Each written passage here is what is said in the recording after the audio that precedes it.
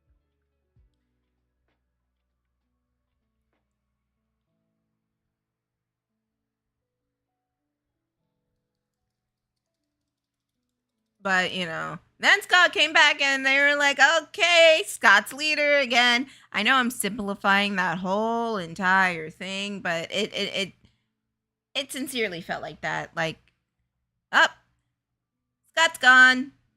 All right, let's have Storm up. Nope.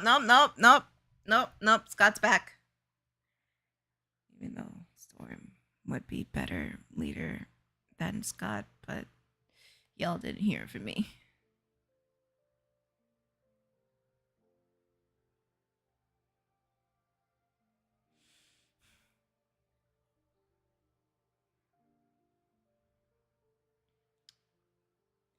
I hate this outfit.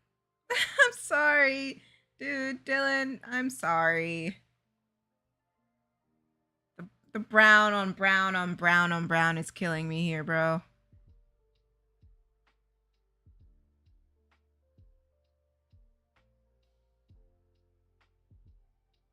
I ain't gonna hold you. I'ma still do it. I'ma do it my best.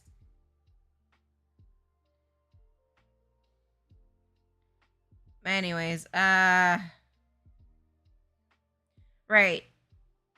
And then after that, like, if it were me, the whole overarching thing, it would make more sense to have those smaller movies like a comic book, like those self-contained smaller adventure movies. Hi, horse. Like how it is in a back in the day in a monthly comic book. And then fucking doing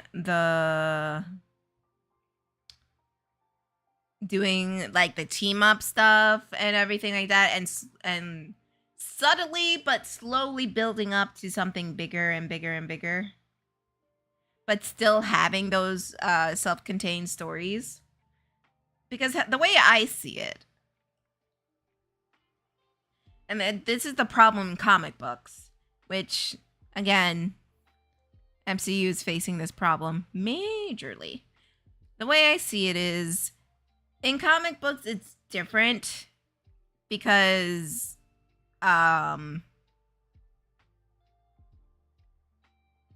the average reader might not read certain comic books and they just want one specific comic book.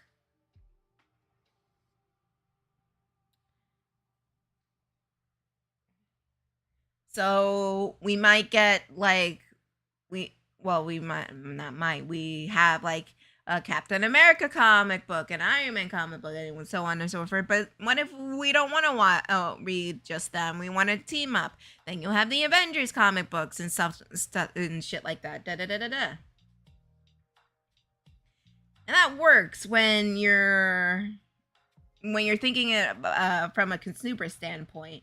You can have an Avengers run and then a Iron Man run and a Captain America run. The problem is when those things start to intersect, and where it feels like homework, where you have to read a Captain America run to understand what's going on in the Avengers run, to understand what's happening in the Iron Man run. That's where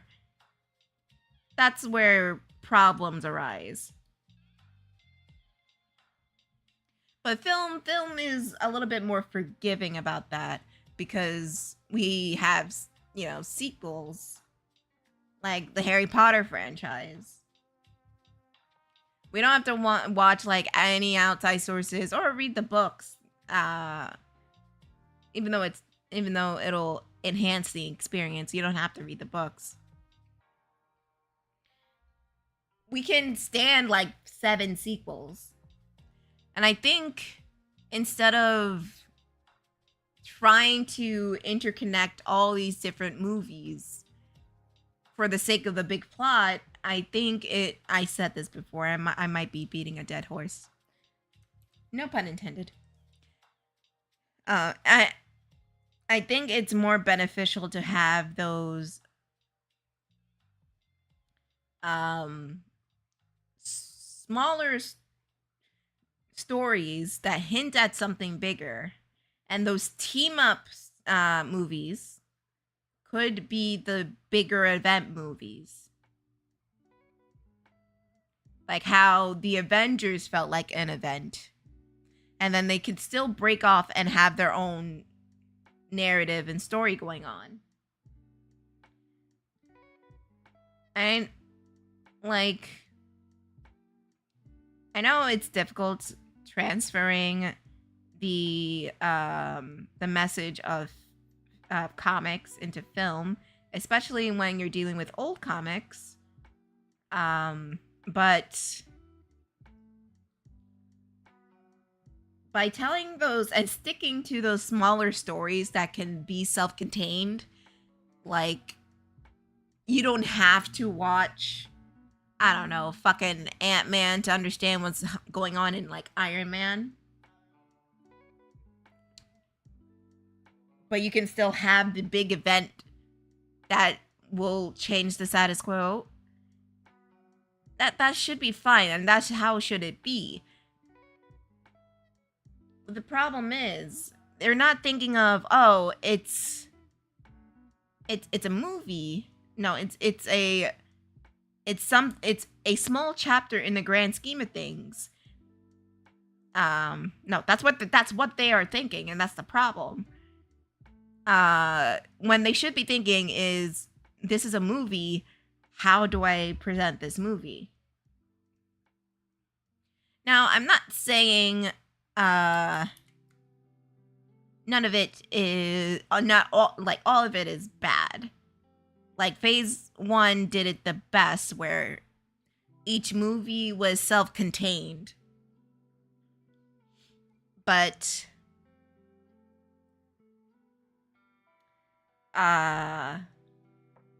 it dropped hints of a bigger story down the line.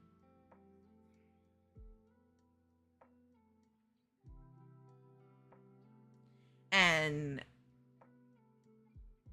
that's what we're missing here. Like, a good example of this is, you know, Doctor Strange, especially Multiverse of Madness.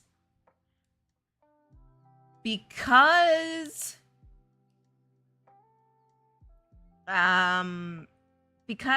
Wanda is our antagonist, but we've seen her in movies such as, if you just watch the movies, we've seen her in Age of Ultron, Civil War, Infinity War, and Endgame. If you just solely watch the movies, we're not going to get the context of why she turned to the dark side.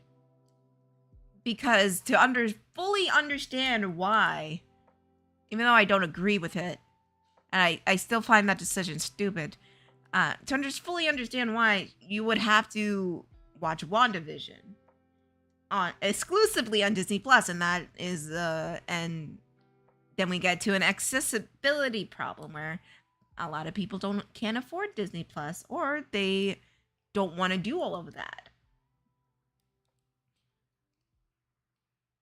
And yeah, that is a problem.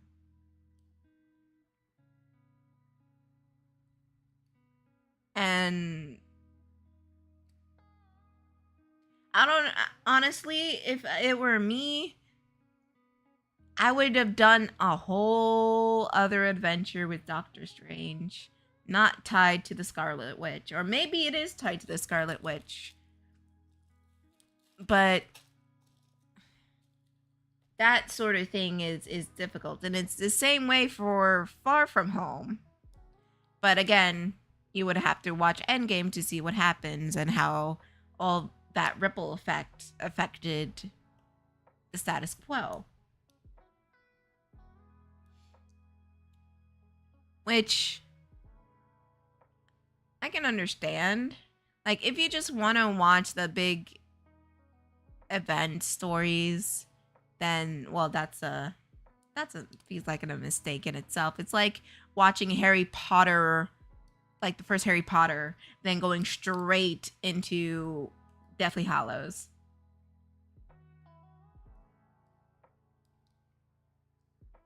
Like, yeah, it's work, but It shouldn't be too much work. It's what I'm trying to get at. Like, you should be able to pick and choose which heroes you like and should be able to go see. Like, when, I'll be honest with you guys.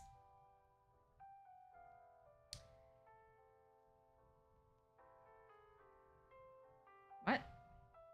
No? Why? Anyways, I'll be honest with you guys. When I first saw the Avengers, the only movie I saw truly in theaters was the first Iron Man. That's all I saw. I didn't see Iron Man 2. I didn't see The Incredible Hulk. I didn't see Captain America. I didn't see Thor. I didn't see any of that. Oh, you're in a positive mood. Oh, okay. Oh, yeah. I know that was kind of weak. Don't worry about it. I didn't see any of that, and I just went in and had a good time. That's essentially what I mean. I just saw the first Iron Man because I thought it looked cool. And that was it. After that, I went back and watched all the things. And I'll be honest too. I made a mistake, and I will still call this a mistake. I didn't watch the first Guardians. Yep. Because I didn't really care about the Guardians. But that didn't really affect how I saw the subsequent movies or whatnot. That's what I mean. When the big event happens, is essentially a chance to reintroduce the characters to someone who may not know, like me, who didn't see all the fucking movies. Because, I don't know, a short attention span and whatnot.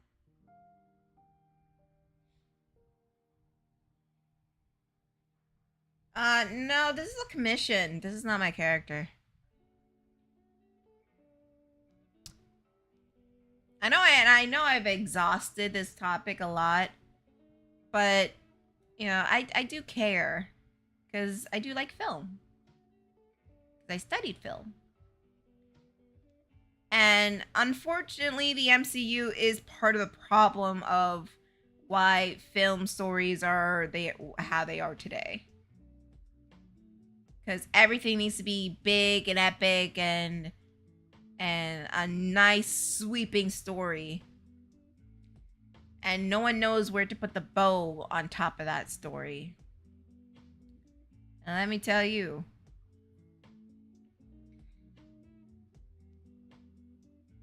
I'll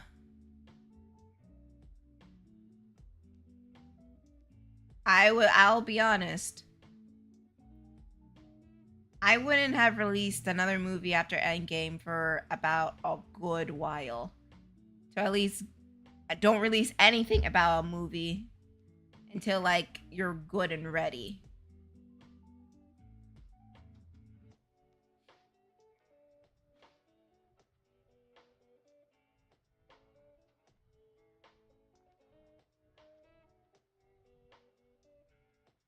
Like yeah.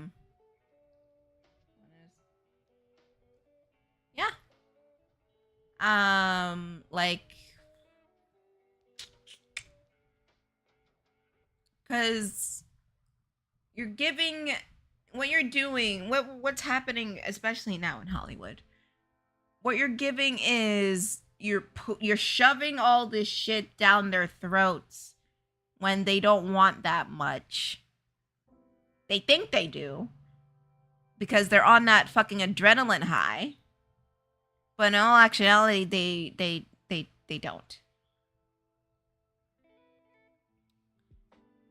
Because, you know, that adrenaline high can only last so long.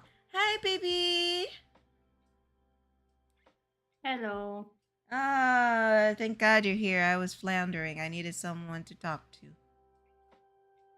Okay, so I'm here.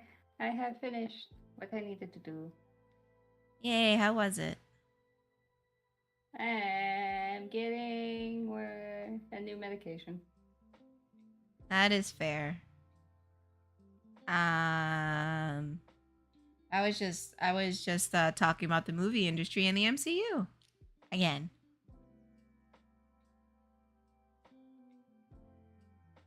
Sounds fun. And now I'm dragging you into this conversation with me. Lovely. I love you. Nerd. I feel like these movie directors are running out of ideas trying to make a new movie. Mm-hmm. Understatement of the century. Like, every time I hear that, I know this is gonna sound fucking redundant. Every time I hear somebody saying, "Oh, this new movie project's gonna be multiverse," I'm like, "Fuck off." Yeah, that's the problem. The thing is, I'm just straight up like, "Fuck off."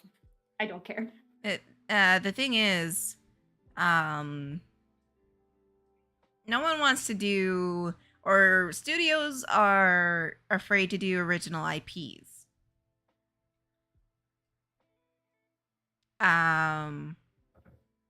Unless they're like, they would have to be like really sincerely popular, like that terrible novel with fucking Blake Lively. Oh, you talk about It Ends With Us? Yeah, that one. Isn't that by Colleen Hoover? Yeah, fuck her. Yeah, that sounds about right. Sounds about not good. Right. She's sounds not about good. White is more like it. And this is way. Okay, this movie it has subjects about domestics, and apparently, I don't know the full story. Apparently, Blake Lively wanted it to be a romantic comedy.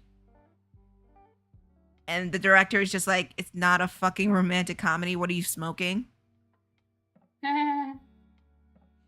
And so she marketed as a romantic comedy. And the director is just like, what the fuck do you mean? It's not a romantic comedy. What are you doing?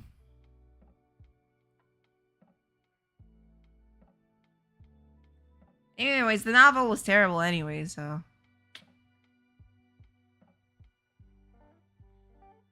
I mean, yeah. And I feel like no one liked it.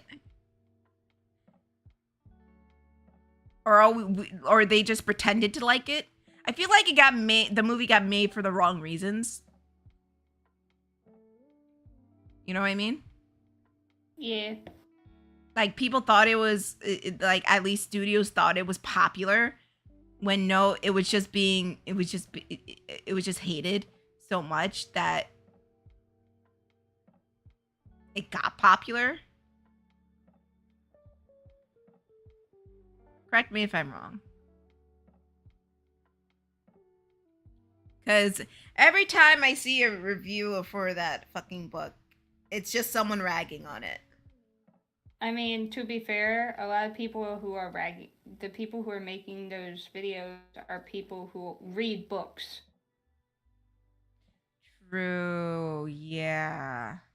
So they have reason to rag on it. Because most cases, the people who are reviewing it are the people who read it. And the people who read it are people who read books as a hobby. Yeah. Like, most of the time, you'll get people who are just like, I read this, so you don't have to. It's so romantic. And then you got actual people who read, like, rom-coms and just romance books on the daily, just gagging at it and being like, what the fuck is this? I feel like that book was, like, really hated. Like no one was liking it at all. Like, normies and bookies alike. Well, I mean, Colleen doesn't write good books to begin with. Like, I know she's getting her bag, which, like, go girl, give us nothing and get the bag for it. But, like, it's been universally, like, agreed upon by most people that she does not know how to write books that have actual, like, good characters and good relationships. I'm still not over that one fucking passage that this couple talks about their baby. Oh, is it the one where they... Oh, no! Oh, yeah. Fuck! Oh, no! Yep.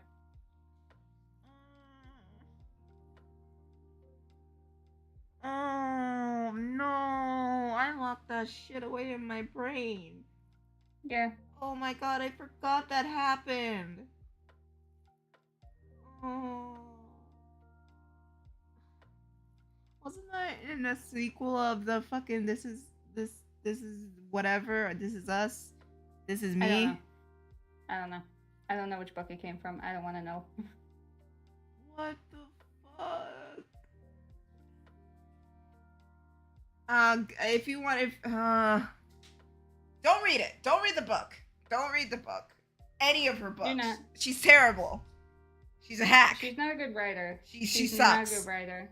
She just got somewhere by chance and is milking the bag, which, like, go girl, get your bag, but, like, no, your books are terrible. You suck. You should never write ever. I mean, a lot of people shouldn't write, but they still do. Looking at you, JK. Stephanie. Well, Stephanie Meyer is a different case. JK shouldn't speak. She shouldn't talk. She shouldn't talk. I'm not gonna deny, like, her work is very influential and a lot of people resonate with it. She's being sued right now, so, like, she just shouldn't talk. She shouldn't open her mouth. No, because that's how she's getting sued in the first place. Because she's fucking talking when she shouldn't be. Because I'm not gonna act like Harry Potter wasn't, like, her magnum opus or whatever, and it's not good. Well, it depended on the reader, but I'm not gonna act like it's the worst thing of all time and it should never have been successful. I'm not gonna say that. However, what I will say is, she should not talk again. She shouldn't be on Twitter. Don't ever speak again, ma'am. No one fucking cares. Literally no one cares. Go girl, shut the fuck up. Legit, like, no cap, shut the fuck up.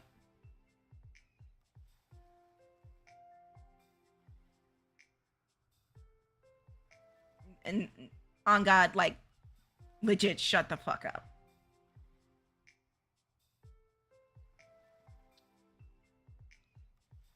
But Stephanie Meyer should not write.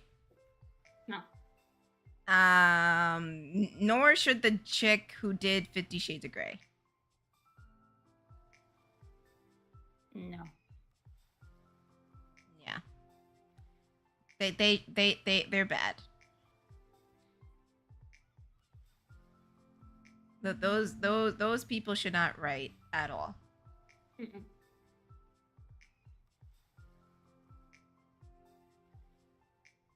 Like, at all.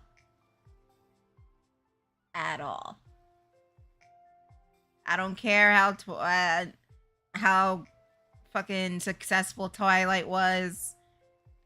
It was still bad. It's not good. No, not good at all. It's not like very bad.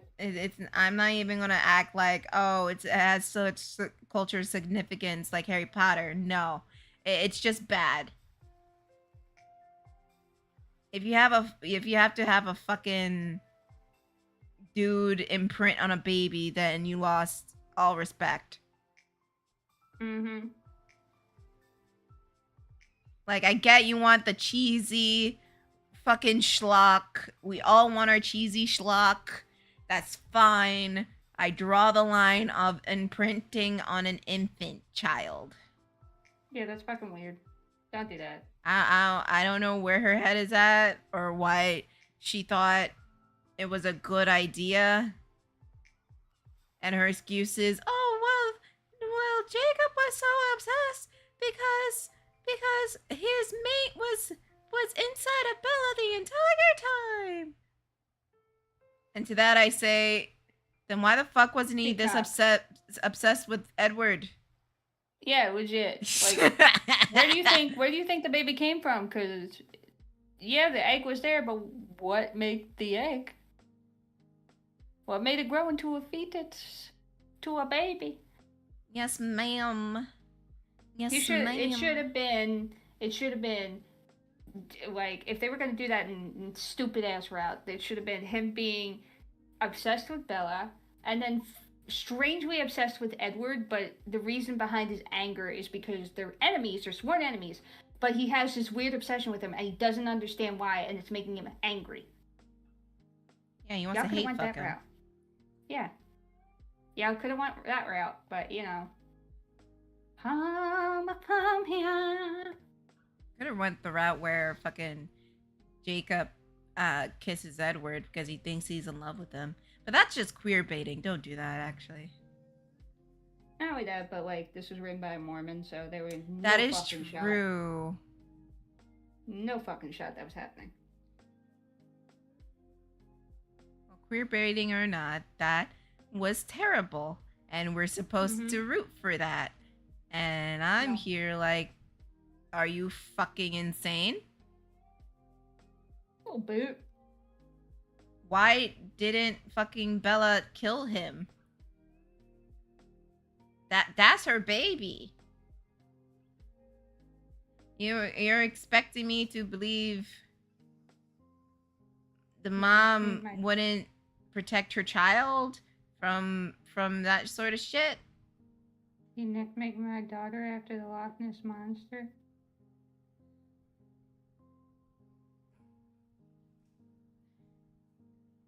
Jacob was foul for that. He was foul for that. Why the fuck would you nickname her Nessie? That because he was like calling her a monster. Jacob be foul for that. He'll always be foul. Somebody put this bitch in a cage. He needs to go back in his crate. So foul. So nasty. He's a nasty boy. Yeah, he is. Oh, Jessica. Hmm. Earlier, Jester was here. Yeah. We made an agreement that if he spent over $25, I would get chicken nuggets. Mm-hmm. So, yay, more nuggies. Bigger question is, why did Bella try to pick who to love between a vampire and a werewolf if she's a vampire throughout the... If she's... I don't know.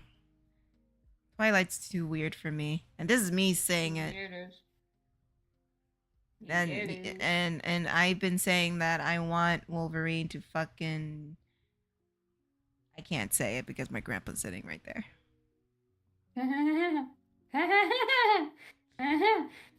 You want him to devour you. I want him to do a lot of things to me.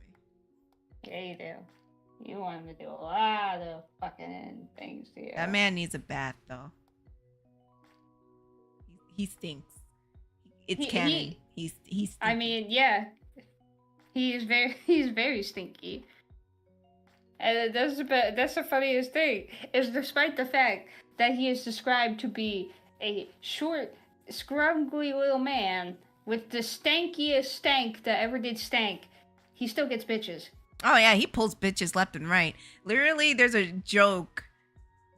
There's a legit joke among comic fans. Is just fucking Wolverine being passed around like a fucking baton. Yep. Like, there was another post I saw where somebody was just like, at this point, Wolverine is just everybody's side piece. Yep. I still think he should not sleep with Jean Grey anymore. Nobody will commit to him, but they'll sit there and screw him because, you know, he's a good way. Bitch, I will give me the word.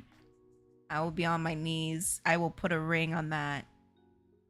Even though I will push him into hot water and scrub him with lavender soap. Not lavender, green apple. Green apple smells the best. He'll be sitting there like he'll be sitting there like the Beast in Beauty and the Beast, just fucking begrudgingly in the bathtub, getting scrubbed down and hating it. And then I give him a smooch like, you're doing great, baby. But you stinky. Scrub, scrub, scrub. You're doing great, honey, but you're very stinky. You're very stinky. You smell, it's very bad. But you're doing great. Meanwhile, him just like, smooch. Give me that relationship. I like, we always see him having fucking sloppy sex and shit. Give me fucking Storm taking him by the ear and throwing him in the bathtub. And making it rain on top of him and just scrubbing him in the bathtub. Stinky man. Like, Logan, you must be cleaner than this.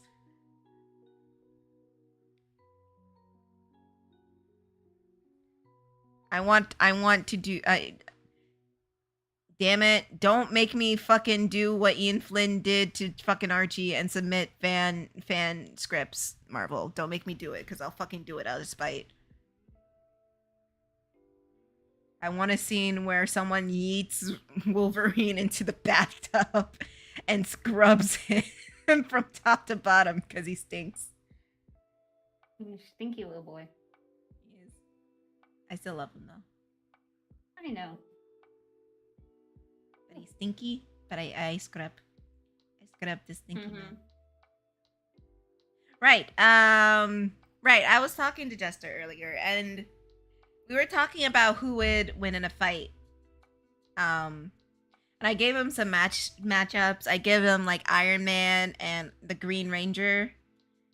And then I gave him the Blue Ranger and Sailor Mercury. Okay. And then I did Sailor Jupiter and Storm. In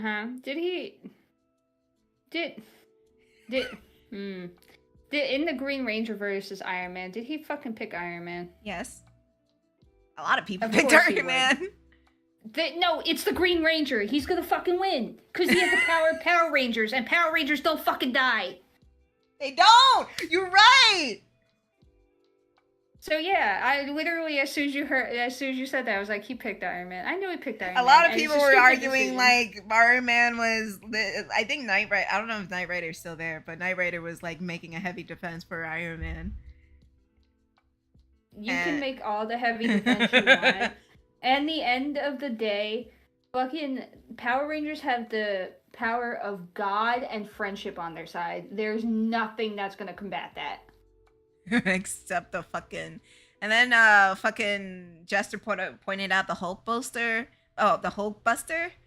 And I'm just ain't gonna do shit. Motherfucking Power Rangers constantly changing their goddamn fucking suits up. What makes you think they don't have some fucking weird ass, stupid, Giganta dragon fucking suit mecha that's gonna combat that? And everybody was saying like, but Tommy just has like a flute. Like, yeah, a flute that can summon a fucking giant Zord. And those Zords are fucking powerful, especially against magic and shit. I can't forget that the Power Rangers have literally the power of bullshit logic on their stick, okay? Like, they can fucking survive explosions! Like, if need be, Power Rangers are so protected by their own plot narrative that they could survive a nuke if they I think they did. I think they did. They could survive the end of time. It is like Sailor Moon. Power Rangers don't got any fucking weaknesses. Their weakness is a villain making them like fucking do something stupid like laugh too much for like 20 minutes before they figure out how to stop that. There was an episode of Power Rangers where like Rita gave Kimberly and Billy a little secret potion to make them mean. and that made them like lose their powers temporarily because they were being too mean. Fucking Tony would not think of that shit. Tony is battle strategy. He would not think to make them mean. No. So, like, again, the Power Rangers are so protected by their own bullshit plot armor that they would win every single time against Iron Man, no matter what the fuck he threw at them. What about say like the Blue Ranger, Billy? What about him and Sailor Mercury? I have a feeling Sailor Mercury trumps because she's literally a celestial being. Yeah, but the Power Rangers fought celestial beings before. I know, but Mercury is also not a villain. She's a pure of heart celestial being. I mean, celestial being is celestial being. Pure heart or no? I mean, it's a hard decision to make because they're both like originating from a pure of heart type of power. Now, if it was Sailor Moon, on the other hand, Sailor Moon trumps automatically. No. To Sailor Moon, I'm not even counting. But this is purely Sailor Mercury. This is not her powers combined with any other Scalar Guardian. But we are counting like all of her forms. Her super form, her Super Sailor Senshi form, her Eternal Sailor Senshi form, all of it. Mm-hmm. Like, it's a tough decision to make, because like I said before, they're literally powered by the same type of bullshit logic. All you need is a Green Ranger Iron Man suit. Sorry, I was reading chat, but go on. But then again, I don't know, like, the extensive lore behind Power Rangers. I just know that Sailor Scouts are so utterly powerful that the only reason they even die is for plot. That's it. If not for their own fucking story's plotline, these bitches will not die. You know, I think... Because I did propose, like, a matchup between Sailor Jupiter and Storm from X-Men.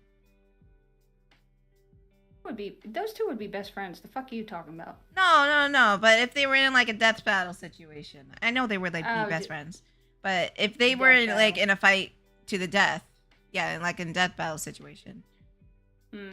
Honestly, no hate to Sailor Jupiter. I think Storm would win. Storm.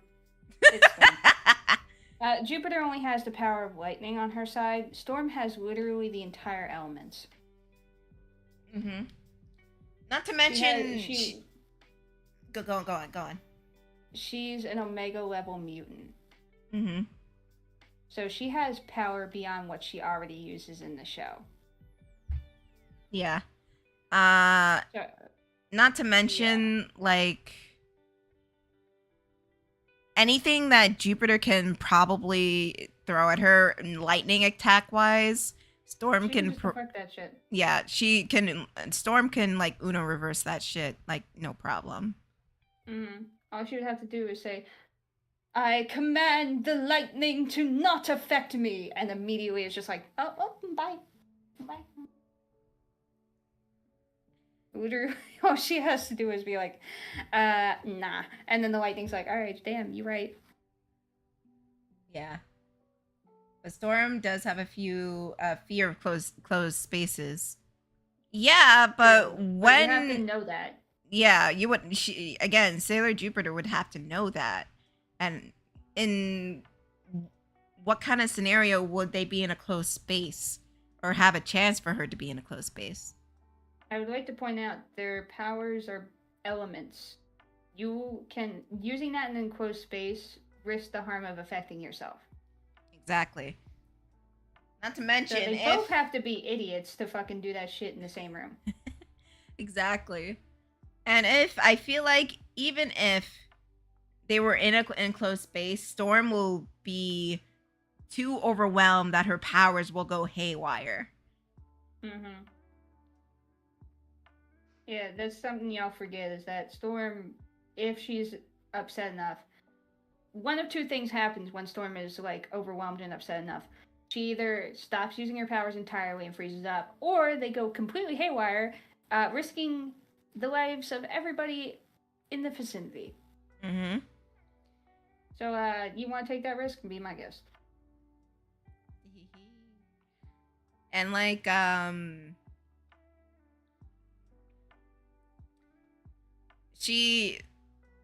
know Sailor Jupiter is at least a black belt in what, karate? Mm-hmm. That's nowhere near what Storm knows. Storm knows like hand-to-hand combat, and she's a weapons expert with at least knives and swords.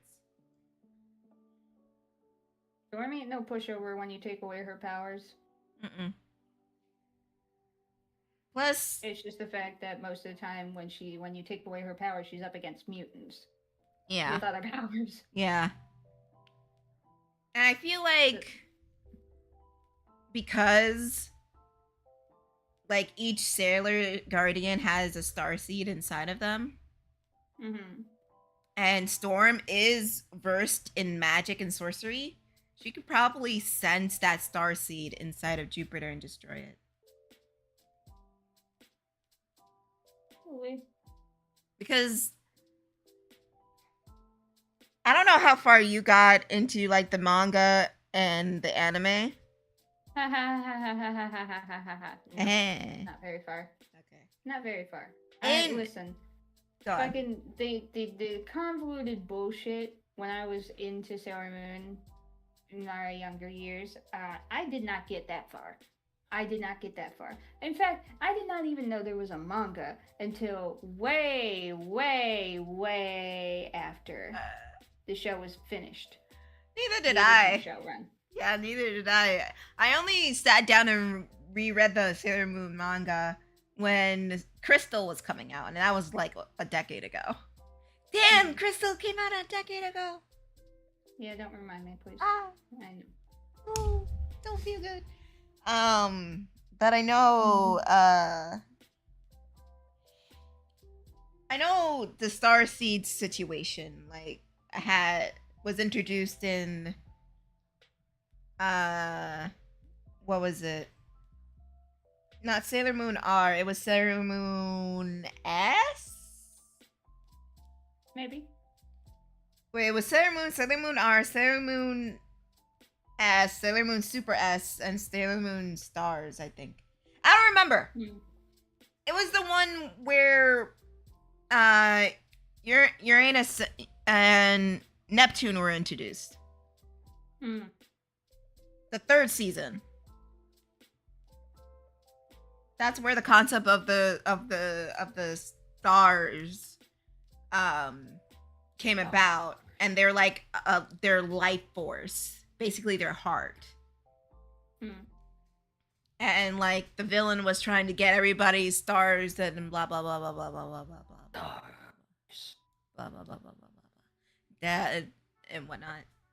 But each shut up. But I know each Sailor Guardian had a star seed which correlated to their planet, and that star seed was introduced in Sailor Moon Superstars, or Sailor Stars, Sailor Superstar, when Sailor Galactia was on a warpath on destroying everything and looking for the star seed of each planet, but it was embedded in each Sailor Guardian of each planet. And she managed to destroy everyone's except Moon's, because Moon is that OP. Yeah. That's why I said if it was Sailor Moon, it'd be over and done with. Like, but any other Sailor Scout, they technically are defeatable. It's just very fucking hard unless you know the reason. And in this case, power. I think Storm has the ability to sense the Jupiter star seed and destroy it. Because she is versed in magic and shit. Like I said, I mean, either way, kind of trumps Jupiter. Because, again, the whole power deflecting thing. Yeah. And honestly, I'll be honest, Sailor Moon died a lot. Yeah, she died a lot. She just has the power of fucking reincarnating for some reason. Yeah. No. She came back because of the power of love. Yeah, again, it's the fucking Sailor Moon plot logic of, like, they have the power of basically bullshit on their side. But if it was, like, if she didn't have that, like, if that bullshit logic didn't happen, it's not impossible to kill Sailor Moon, is what I'm trying to get at. No, it's just she is such a pure, like, hearted and being of love and friendship that it makes it so fucking hard to kill her. Yeah. Because she's literally so goddamn OP from her own, like, logic and bullshit just lore that fucking she is one of the only people that people in the anime sector agree with that could kill / beat Goku. Yeah. Only that depends. Okay, that depends. Because offense levels are one thing, and she's obviously like OP as fuck, but defense levels is another thing. Because I'm pretty sure her crystal is like her power source, and again, she has the star seed. Yeah, and like I said, it's more due to the fact that she has so many goddamn abilities, which involves the destruction and recreation of the entire universe itself. Yeah, but if someone were to normal fight, no, but she has power beyond that could fucking trump if it allows. Yeah, but her defense is kind of shit.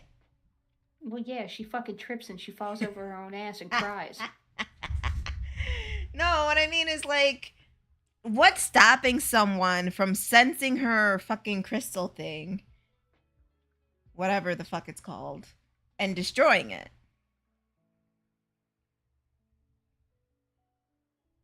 Nothing. Technically nothing. You just have to prevent it from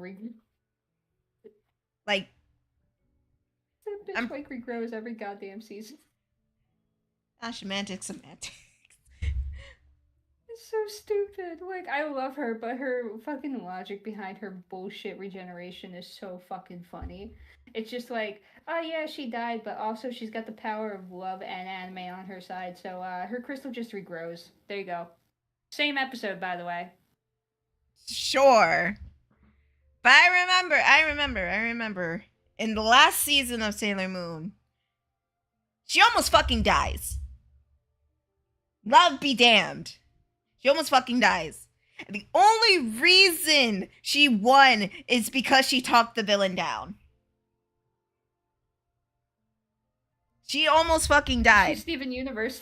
Yes, she almost fucking died. Sailor Galactia almost shattered her crystal and shattered it into nothing. She almost did that. But because fucking... And she could have done it if fucking Sailor Moon didn't talk her down. Yep, because Sailor Moon is one of those bitches that Steven Universe is her way out of stuff sometimes. Yeah. However... What if it was Sailor Moon versus Star Butterfly? As much as a ripoff Star Butterfly is, I think she might be the one to beat Sailor Moon. Because she has a spell. Well, she has the Whispering spell that can destroy all magic. No matter what. And she fucking did it in the... We both saw it. She fucking did it in the show that, destroyed magic. And what is Sailor Moon? Even though she's an embodiment of love, she's still magic. Not only that, fucking Star Butterfly has a fucking spell that can destroy universes. She does. the only thing is, Star would not kill somebody like her. She would take away her magic, she wouldn't kill her. So technically Star could win. She just wouldn't kill Sailor Moon. Yeah. But if it was a battle to the death, if it was a battle to the death, Star Butterfly does have the capability of killing Sailor Moon. Mm-hmm. Not to mention she has better defense against like attacks, because she can make her own shield. Mm-hmm. Kind of like Steven. Star is so goddamn nerfed by her own writing. Yeah. Yeah, but because we've seen time and time again that they've proven that Star is a very fucking powerful bitch. Mm-hmm. So powerful that the fucking weird cat thing that was analyzing her magic was just like, yeah, so Moon, your daughter's power is the equivalent, if not greater than, Eclipsa, which is the most powerful fucking bitch y'all had in the family. And this is saying something, because one of her ancestors, again, it wasn't Eclipsa that destroyed the universe. It was one of the previous queens that destroyed the entire universe and then just put it back again because she willed it, like Sailor Moon. Yep. If anyone could beat Sailor Moon in a death battle, it's Star Butterfly, the fucking Sailor Moon ripoff. Not to mention, Star is a being of pure fucking chaos. Exactly. So she would have that upper hand too, where Sailor Moon couldn't exactly predict her entirely because of the fact that Star would be sitting there like, oh yeah, Narwhal Blast. And Sailor Moon's just like, oh, you're using this again? Then Star just like fucking sucker punches her for no reason. That is true. Plus, I feel like Star has more versatile spells than Sailor Moon because she makes them up. Yeah, and not only that, Spider with a top hat. Hello. Yeah. Gun the bitch down. Just blah blah blah blah blah blah blah. I just think that's so funny. Spider with the top hat. It's one of her greatest spells. Hold on. And it's just a tiny spider with a top hat. Like so good. Not only that does she have her own spells, but she has her own spell book that she pretty much memorized. And she doesn't need her wand. She can use her powers with her hands. Yeah. Okay, hang on. She eventually learned that because she fucking lost her wand. Yeah. Hold on. I'm trying to look up. So, we got Sailor Moon has Moon Tiara Action, Moon Healing Escalation, Moon Princess Halation, For a hot minute. Moon Spiral Heart Attack, Rainbow Moon Heart Attack, Moon Gorgeous Meditation, Starlight Honeymoon Therapy Kiss, and Silver Moon Crystal Kiss. That's it. That's all she has. Yeah. Star Butterfly has I'm not even going to list it because it's just it's so much. It's so much. Not to mention they don't list all the fucking spells in the show that's in the spell book because they literally could not. I wish they would sell a fucking spell book like they did for Gravity Falls. Disney. I would buy that shit up. That shit looks so fucking fun. Like, I want to know what the other queens were like. I feel like there had to been books about the other queens because a lot of people pulled information about the other queens, and I've seen it around like Tumblr and like the whole universe destroying thing. I found on Tumblr that one of her ancestors just blew up a universe one day because she wanted to. I honestly, I just want the spell book because I think it would look so fucking cool. Right? It would. Because it would be multiple different fucking handwritings and like spells from different ages and different types of like speech. Because you go from proper to star.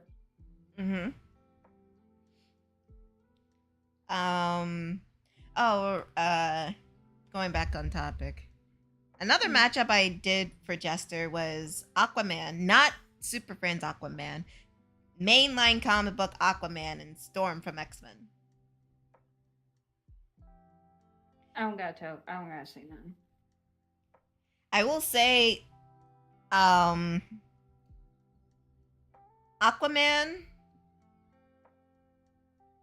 Okay. He has a trident that can help him do whatever Storm does, like cryokinesis, hydrokinesis, electrokinesis, Okay. all of Shove it. it up his ass. He can fly with it. He, on top of that, his base form has super strength and durability. He is also really fast in the water. I literally was just like, take a shove up his ass. Take a shove up his ass. And it's funny, I was explaining this all to Jester, and he was just like, shit, I don't know anymore. And I'm just That's how it is. That's how it is. That's why do you think Death Battle, like, is the way it is? Because they literally spend hours, if not days, trying to figure out how this would logically function. Because they're taking two people who are supposedly equals, if not close to equal level, and seeing who slightly trumps one more than the other. I will say this. Storm will easily beat Aquaman. Do you know why? Take the trident and shove it up his ass. Exactly! She's a master thief. She can easily steal the trident and use it for herself because it's not indicated whether the trident only can be used by Aquaman. For all we know, it can be used by anybody. So what's stopping her from stealing the trident and using it, and shoving it up his ass? Well, he can still use it if it's in his ass. No, I meant, like, take the trident and shove lightning up his ass. Oh, yeah, exactly. Because without his trident, he can't really do anything Storm can. He's only near equally level to her. If I say near, because she's a goddess, even though he's a demigod. Mm-hmm. Their powers. I'm not even counting their power scales. I'm just looking at their abilities and shit. Mm. Because she's a master thief, she can easily just find a way to steal that trident, use it for herself, and bring down Aquaman. Mm. No ifs, ands, or buts about it. Fair. Very fair. Huh? I said fair, that's very fair, because all you gotta do is take a trident and shove the lightning up his ass, and he feels so bad. Stick her head up into the hole. God damn it. Right up there in the hole. Oh. Keep my damn mouth shut.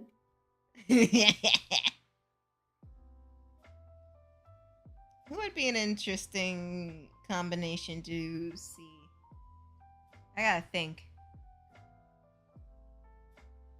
Okay, at least I know what you know because we know kind of the same shit.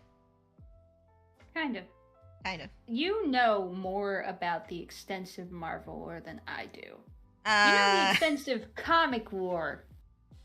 I made a mistake and read the comics because I thought it would be cool. It wasn't. It was torture.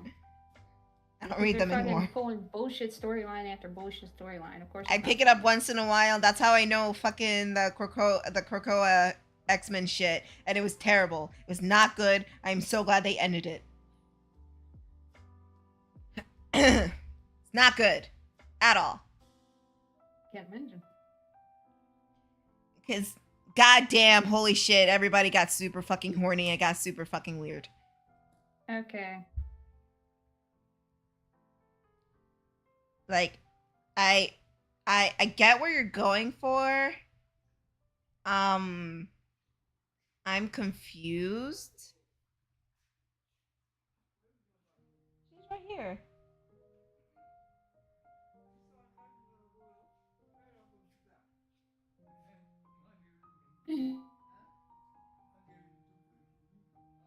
He's just sitting here.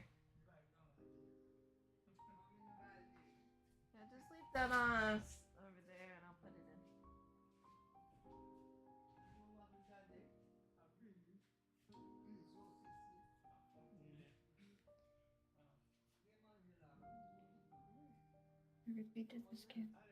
Did Daddy cook? Okay, I'll get a little bit in a minute.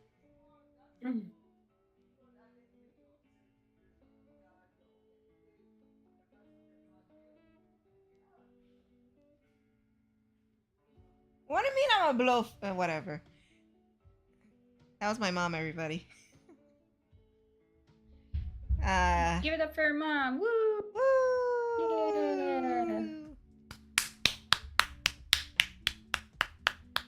Yeah. Sorry. Give it up for my mama.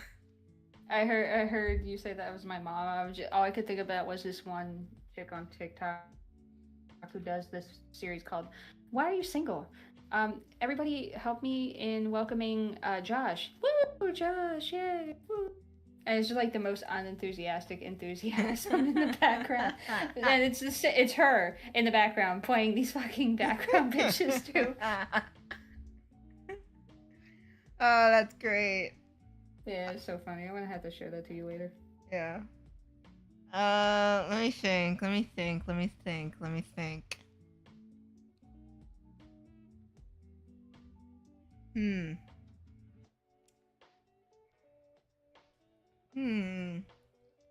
mean, I could throw in a Pokemon.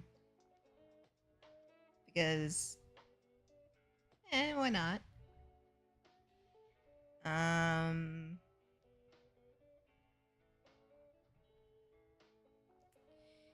It's just super hard to decide. My knowledge is so extensive.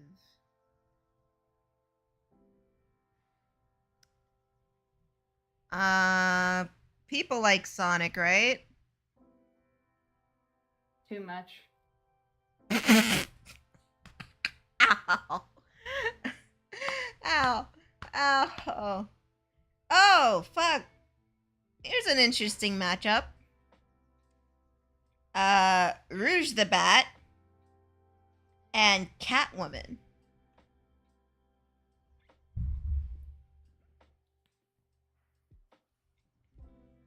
So what I'll do for you, Jessica,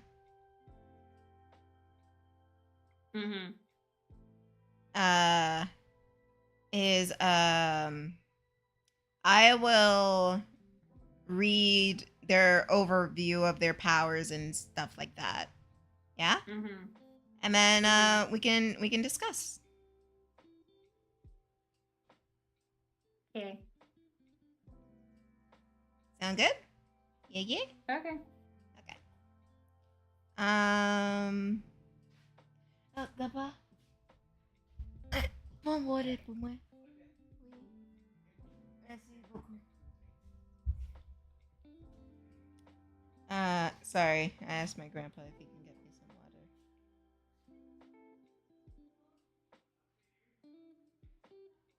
water. Okay. Come on, Wiki. Okay. So this.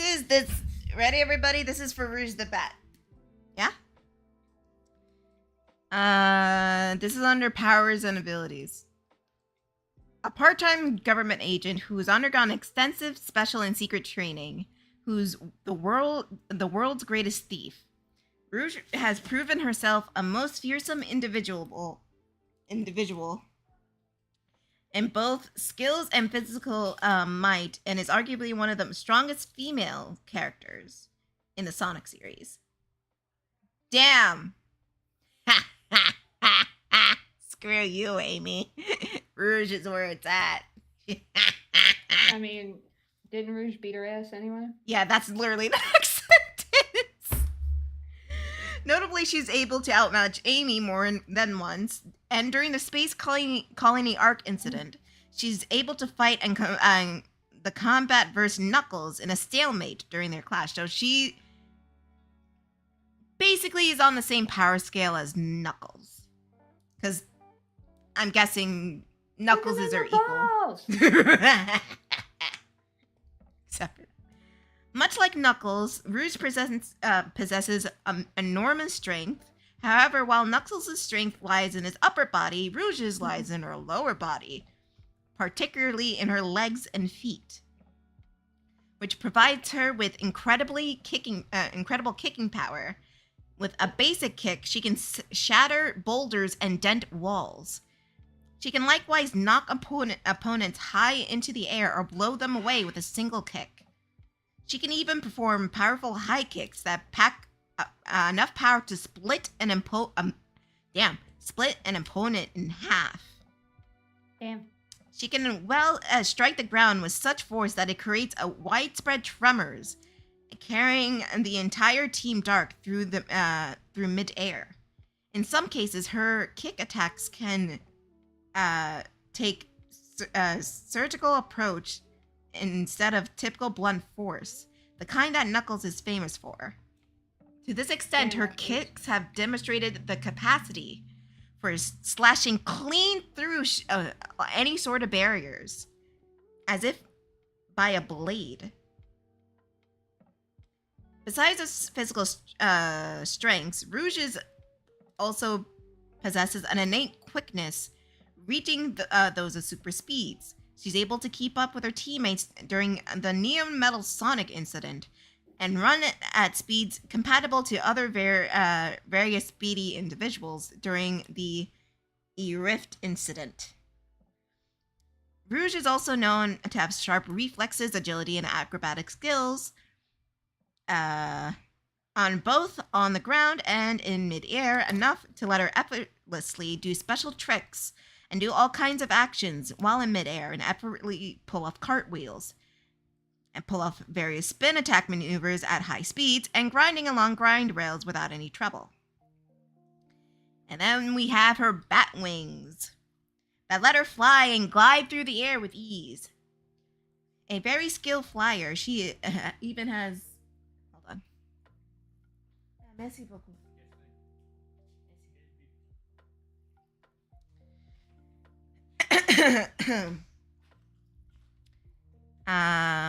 She even has a sudden descent flight maneuver that allows her to get whatever she lays her eyes on. Also, thanks to her training, she can sustain flight without losing altitude. Alternatively, she can use her wings to slowly fall while gliding through the air like Knuckles. She's a skilled swimmer, being able to swim both incredible depths, and with both great speed and skill, she also excels at climbing, being able to scale any kind of wall, no matter what the material is made of. She's also excellent at burrowing and tunneling through subterranean regions, often using a drill-like spin maneuver with her boots. Booties! As a seasoned and greatly skilled spy, and the world's greatest thief to boot, Rouge possesses keen tactical mind, an expert in diverse set of skills that includes gathering intel, manipulation, infiltration, lockpicking, and much more. These abilities let her outthink and outmaneuver and simply outclass her opposition. Most time, though, she uses these skills to pull different kinds of heists. With those skills at her disposal, Rouge can serendipitously enter enemy-held territory, using her expertise and sharp intellect. During the Space Colony Arc incident, not only did she snuck on board the Space Colony Arc undetected, but also tricked Shadow and Eggman, who has an IQ of 300. People often forget about that part, that this man has an IQ of 300. Has an IQ of 300 and keeps getting outsmarted by a fucking fox, a hedgehog, and a bat. There's only one time with the bat, I think. I don't know. Into believing she was willing to help them when she was actually sent to investigate the Doctor on behalf of the United Federations, while repeatedly toying with them and eventually getting closer to the truth of a Project Shadow than anyone else. She's similarly expert at the art of stealth. Quack, quack, quack, quack, quack. Wow, Shadow. Quack, quack, quack, quack, quack. Wow. Wow. Wow. She is similarly an expert at the art of stealth, as she can masterfully enter the most fortified locations nearly undetected, such as the prison island, Eggman's headquarters, or the space colony Ark, and sneak up on people without bringing attention to herself. Space colony Ark. I'm now your new best friend. What about Tails? Fuck Tails! Fuck it. You're my lover, Sonic. I'm not. I love you. I love you. Anyways. She also has skills in hacking computers and bringing codes in record time with successful results every time. She is likewise skilled in utilizing a bomb for combat and demolition. She can both throw showers of bombs at foes or snipe foes with bombs with pinpoint precision.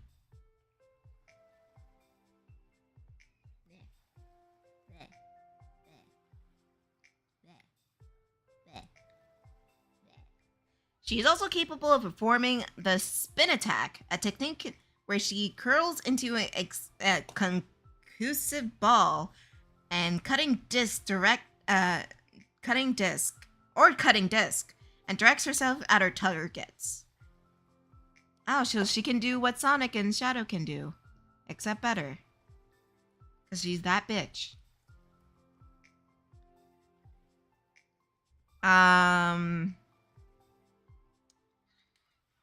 Inept in its usage, Rouge can utilize several variants of spin attack for both ground and aerial maneuvers, such as spin dash, spin jump, and homing attack. However, she favors her basic kick attack and drill dive maneuvers, which let her utilize her sexy but powerful legs. Yeah. Her signature skill in particular is the screw kick, a technique where she leaps up and spins her body to form an upwards drill, feet first. Even when not making her use of her specialized technique equipment, Rouge is is a swift and powerful combatant. I can't read. And has proven herself a force to be reckoned on the battlefield. Said to boast excellent footwork and in a fight, possesses kickboxing-like prowess, with a fighting style driven from her special training, such as she utilizes a number of skillful, specialized kicks, never resorting to her fist or arms.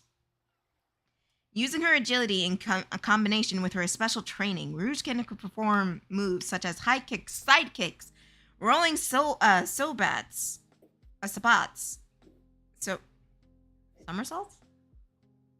spin kicks, axe kicks, and back thrust kicks, where she strikes her opponent with pinpoint precision and efficiency.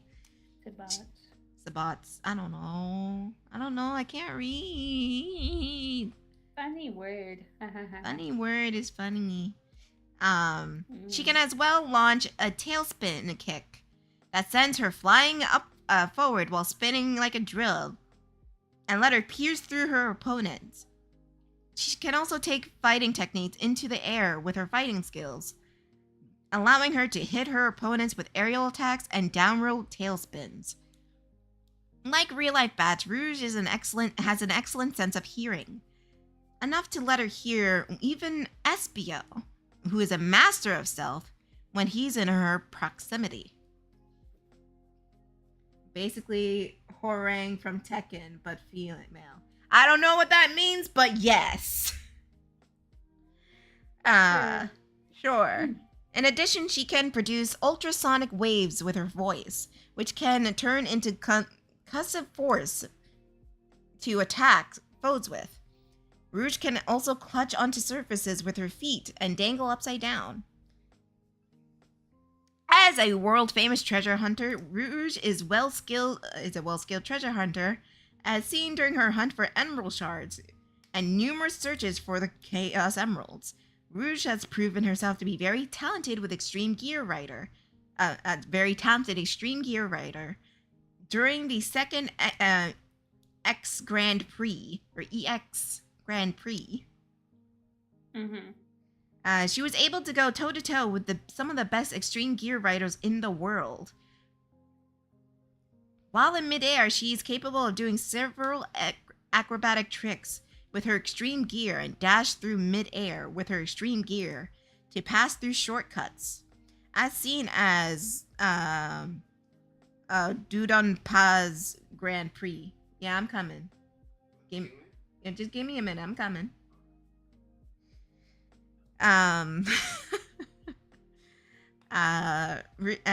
Grand Prix. Rouge also has an excellent skills when it comes to driving and racing, like the lip spider. I'm not going to go into the comics, but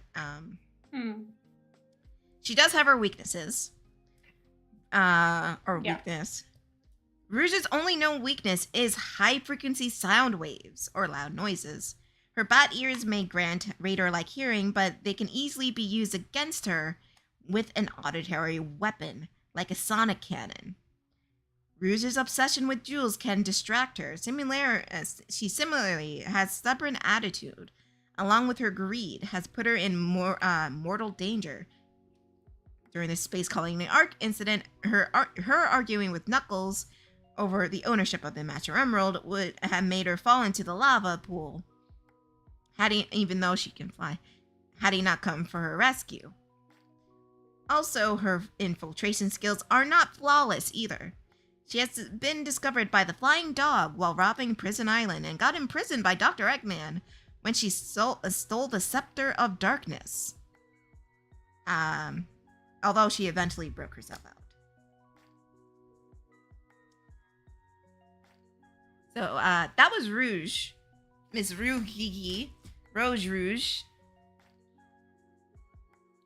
And I'm gonna step away for like a quick second so I can get some nibbles. I'll be right back.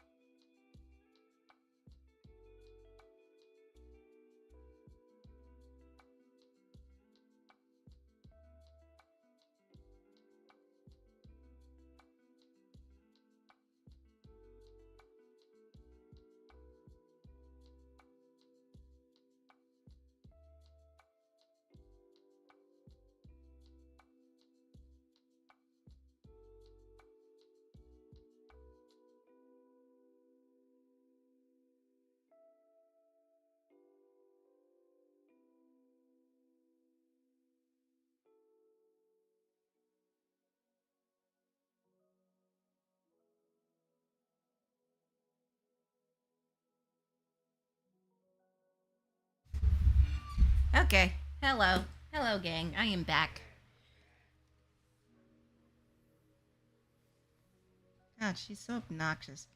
Anyways. Sorry, my dad was making some food.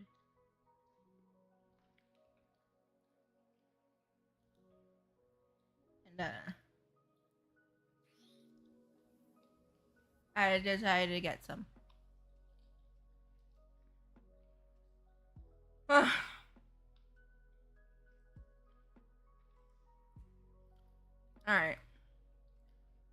I think I might shade this on my own time.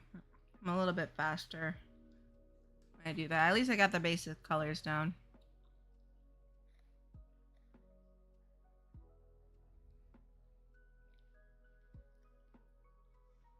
Okay, so that was all about Rouge.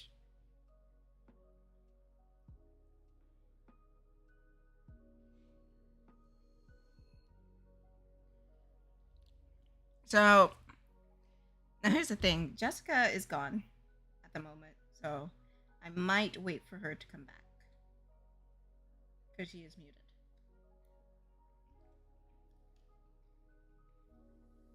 I like these potatoes. My dad made potatoes and he dumped the seasoning on it and it's somehow bland. I don't know what he did.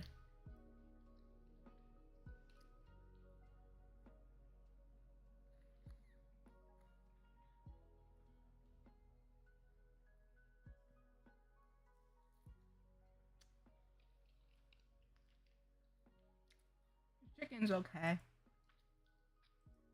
Nothing to write home about or anything like that.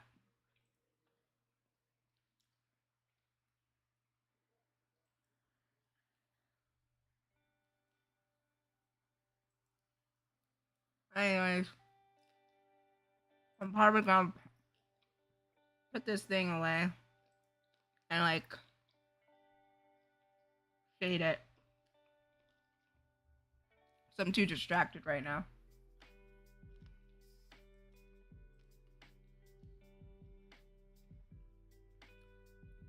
And after that, it should be done.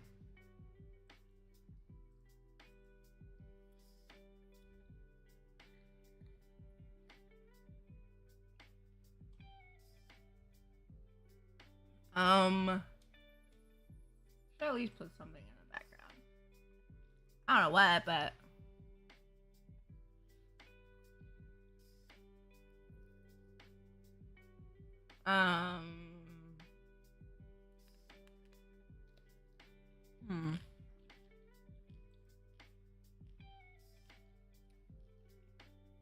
This is gonna be another instance where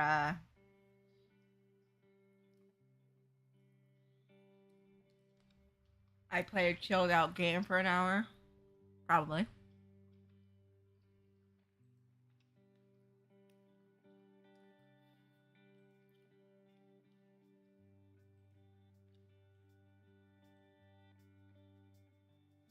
I would keep drawing, but I have shit in front of me.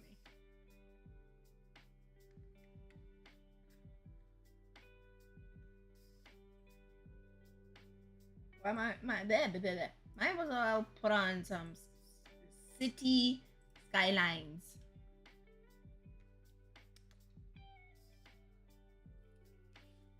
That would go as a pass the time.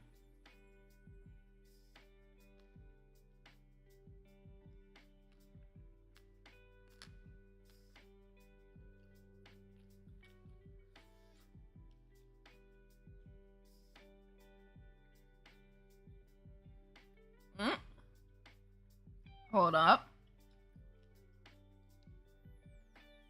I see something Ace Attorney related on the Steam.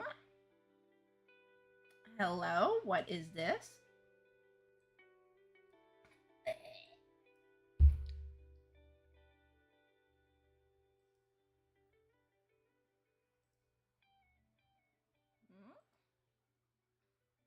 Oh yeah, Gannon told me about this. Fuck.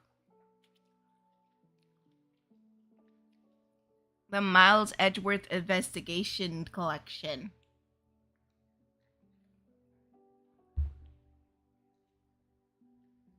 I heard this was good shit. I might get it.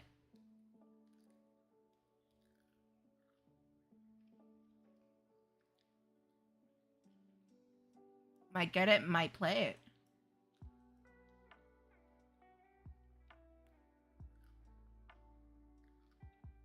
Wait, and Zaddy Dracula is coming to Dead by Daylight?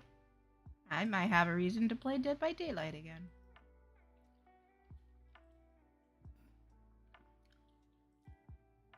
And if you're wondering, oh, is it because you like yes.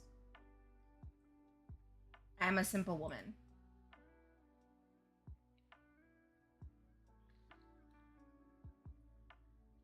Do not expect any nuances from me.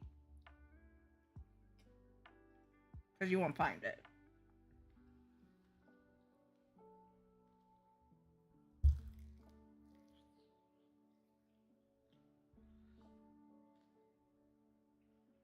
Anyways.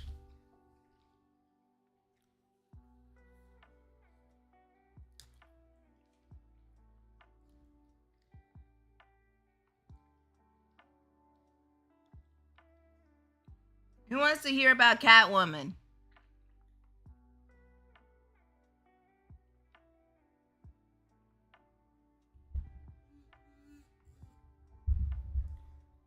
She's messing with her own eyes. Who wants to hear about Catwoman? See if she has what it takes to go up against Miss Ruru, the Batsy.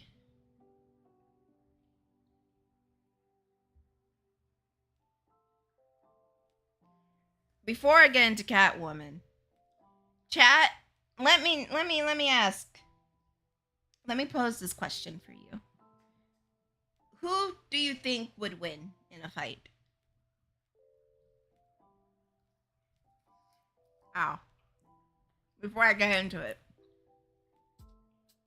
Rouge or Catwoman? Get into...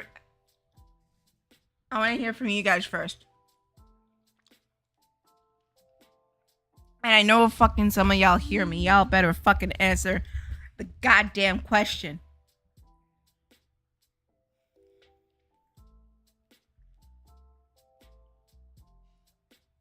It don't matter if you know, just off the top of your head. Because I'll go into what Catwoman's all about. I already went into how Rouge is. But I just want to hear from you guys. Who would you pick to win in a fight?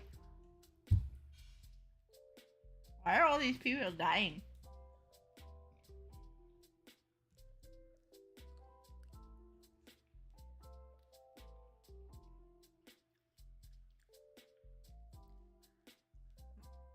Why are they sick? There's so many people dying. Hello. Hey, she's back. Yes, I'm back. Temporarily, because I gotta put shit in the oven when I hear a beep. And then I can come back for like 20 minutes, because I forgot I didn't plan anything for dinner. Nobody did. So, chicken fries and tater tots it is. Hey. I was just asking chat, who would they pick in a fight? Oh, so special guest, baby. If your camera's on, I can't see. I know. Oh, there he is. It's your baby. Here's the baby. Be good. Stop being naughty. Yeah, be good. He's so naughty. He needs to stop being naughty. Keeps following me down here. Horse But says yeah, continue. Horse says Catwoman. No, I'm just asking. Because I'm eating. Before Huh? I went upstairs, have to get the food going, and also to bring down my tablet stand. My tablet stand is on the kitchen counter. Where are you now? When I go back up. Oh, that's right. You're in your office. If you categorize the basement as an office, then yeah. Bitch, I'm in the garage. Well, I say if you categorize it, because again, it's not really a personal space because people use it a lot. It's just the space that I had available to me where my desk would fit. So you're in your office? Yeah, sure. It's my office.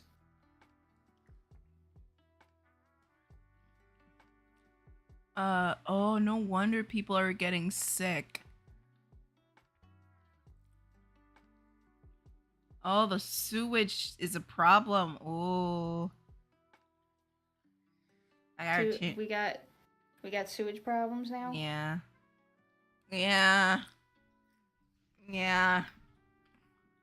Because where the water pump station is, it's starting to pump dirty water. So I gotta move it.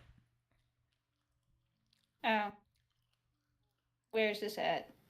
Oh, sorry. Let me share my screen. But who do you think would win in a fight, Jessica, between Rouge and Catwoman? Don't know Catwoman's power and abilities, mostly because I walked away before you read them. I didn't read them yet. So you go. Oh. Catwoman is too smart for her own good. Mm-hmm. So that's why I'm kind of leaning towards her, because the moment...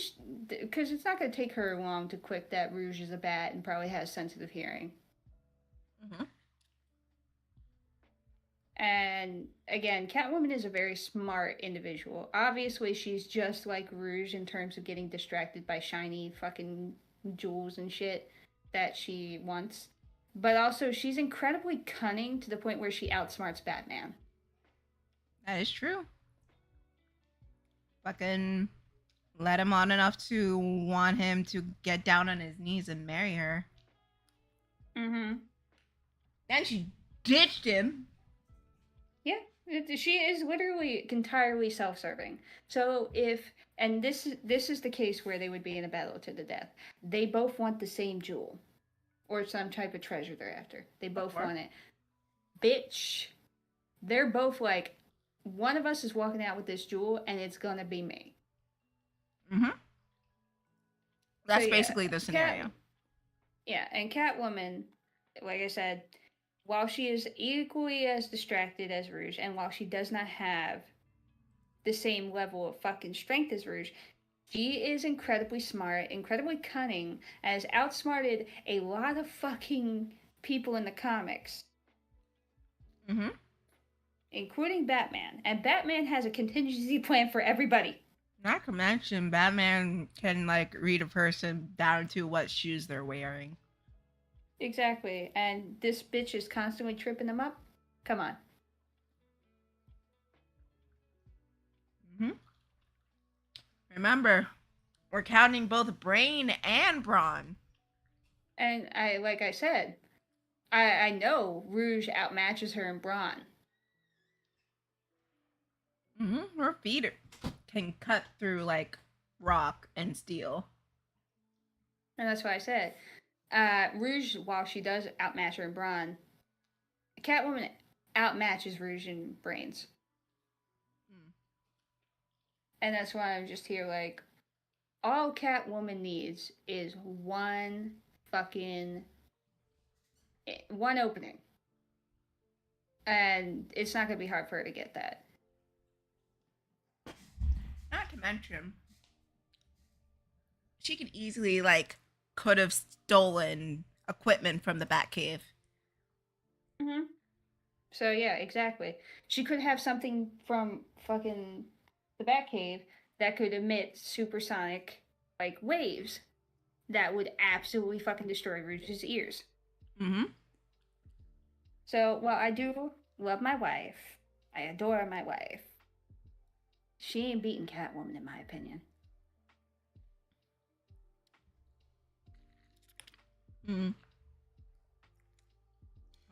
Because Catwoman, there's another thing Catwoman has. It's extremely skilled in. She is so good at being evasive, whether it's in combat or in relationships. Damn. She's so good at it. Well, let's get into it. She's a slippery little kitty cat. Let's get into it. It's not too. Hold on. I'm looking at the Batman wiki. Here is the DC wiki. Mm-hmm. Miss Selina Kyle. Hold up. Can you fucking take me down to the fucking power cell, you fucking piece of shit? No. Here we go. That's my fucking headphones. Don't be naughty. Stop being naughty. Okay. Look at me like you didn't do anything, bitch. One of the first things that Selina Kyle has, that Selina has had, is divine empowerment. She literally has 9 lives. Yeah, after being empowered by after being empowered by the cat goddess Bastet, Selina is able to be resurrected 9 times. She lost 1 life against Vandal Savage during the Gotham War, 2 lives during the mission in Colombia, 1 life to radiation poisoning in Markovia, and another life when executed via explosive implant by Amanda Waller. So how many is that? Because we have to take that into account. So 5. She has 4 lives left currently. Mm-hmm. I'm pretty sure that's 5. You said 1, then you said 2, and then you said 1, then you said 1. So that's 5, I think. 1. So she technically still has about 4 lives left. So she's still basically invincible for the moment. 5. Yeah, 5. And like, whoo-wee. Ain't that great. She also has Shazam power. Through Bastet, Divine Cat, Sobek Hut, and Ankut, Zozer, Aten, and Mao, the goddess also grants the power of Shazam to her. She has peak human condition, peak human strength. She managed to knock out a reserved Barry Allen, Wally West, and Wallace R. West while under mind control with a single hit. Peak human agility, peak human reflexes, peak human speed. Acrobatics, disguise, and hand-to-hand combat. Selina has beaten the likes of Talia al Ghul in a duel. Talia al Ghul, aka the mother of fucking Gremlin Man himself, Damian Waynes.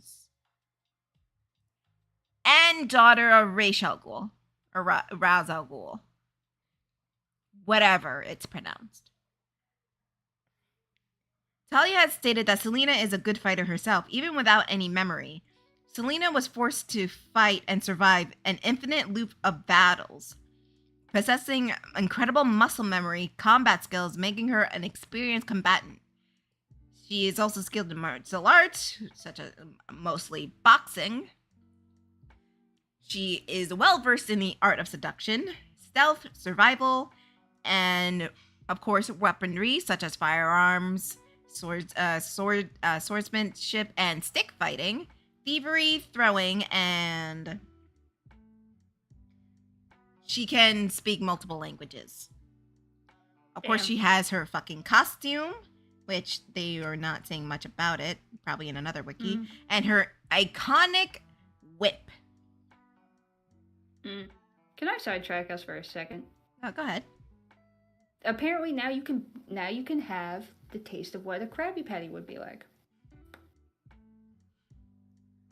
Go on. Wendy's is doing a SpongeBob collab. This is not sponsored, by the way. No, it's not. This episode of the stream is sponsored by Wendy's. I literally fucking put this shit in our chat so you can see it. But yeah, apparently they have their version of a Krabby Patty of what it would be like. The fries and the pineapple under the sea frosty. Ooh, when is this coming out? Oh, in October. Shit, yeah. I gotta wait all that time. Yeah. Sheesh. I want a SpongeBob meal. I'll do it. I'll get it. Yeah, so now apparently you can have what it would be like if it was a Krabby Patty. Hell yeah! I heard those shits can fucking help with mind control or something. Anyways. Let me check the listen. Let me check the other wiki because I was from the DC wiki. Here's a little bit more about her martial arts. She is trained by the Armless Master in martial arts and by Wildcat while in boxing and street fighting. She is dangerous, clever, resourceful fighter, known for precision, agile attacks and speedy getaways. Her formidable hand-to-hand skills are augmented by her cat-like speed, agility, reflexes, balance, and flexibility. Catwoman has mastered the following martial arts styles: boxing, kickboxing, Kyopiria, Taekwondo, Hapkido, Jiu-Jitsu, Dragon-style Kung Fu, and Karate. Selena is as stealthy as any large cat. She has easily been able to sneak up on large groups of people and even other vigilantes on patrol. And she shows marked prowess in this ability while she's on the prowl for her next job. Of course, she has her. Oh, there's another wiki about her high-tech goggles. Catwoman wears a pair of high-tech goggles with large lenses to pull off a heist. The color lenses can vary, but it can also complete the cowl look. Blah blah blah blah blah blah blah blah blah blah. We don't need the backstory of that. The goggles provide Selena with night vision primarily. She can also see security lasers. She also has, her claws. So she can go meow, meow, meow, meow,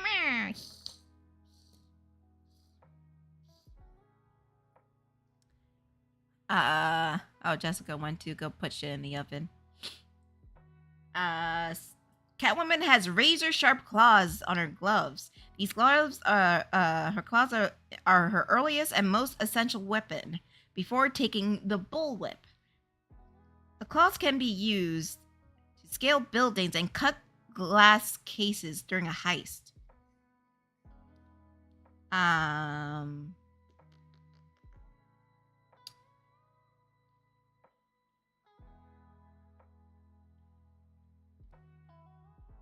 So they're sharp enough to cut glass. And not just like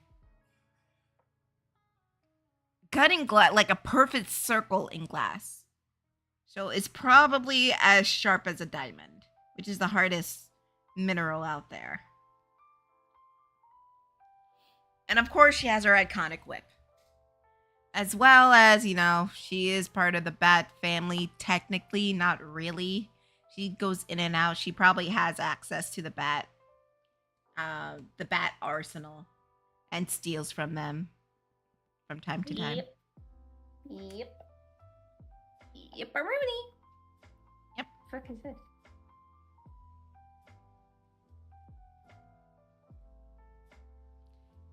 You good? Yeah. So I would have to agree with you, Jessica. I think Catwoman would get it. Mm-hmm. As much as I adore my Bat wife, I don't think so, honey. Because Selena is very resourceful.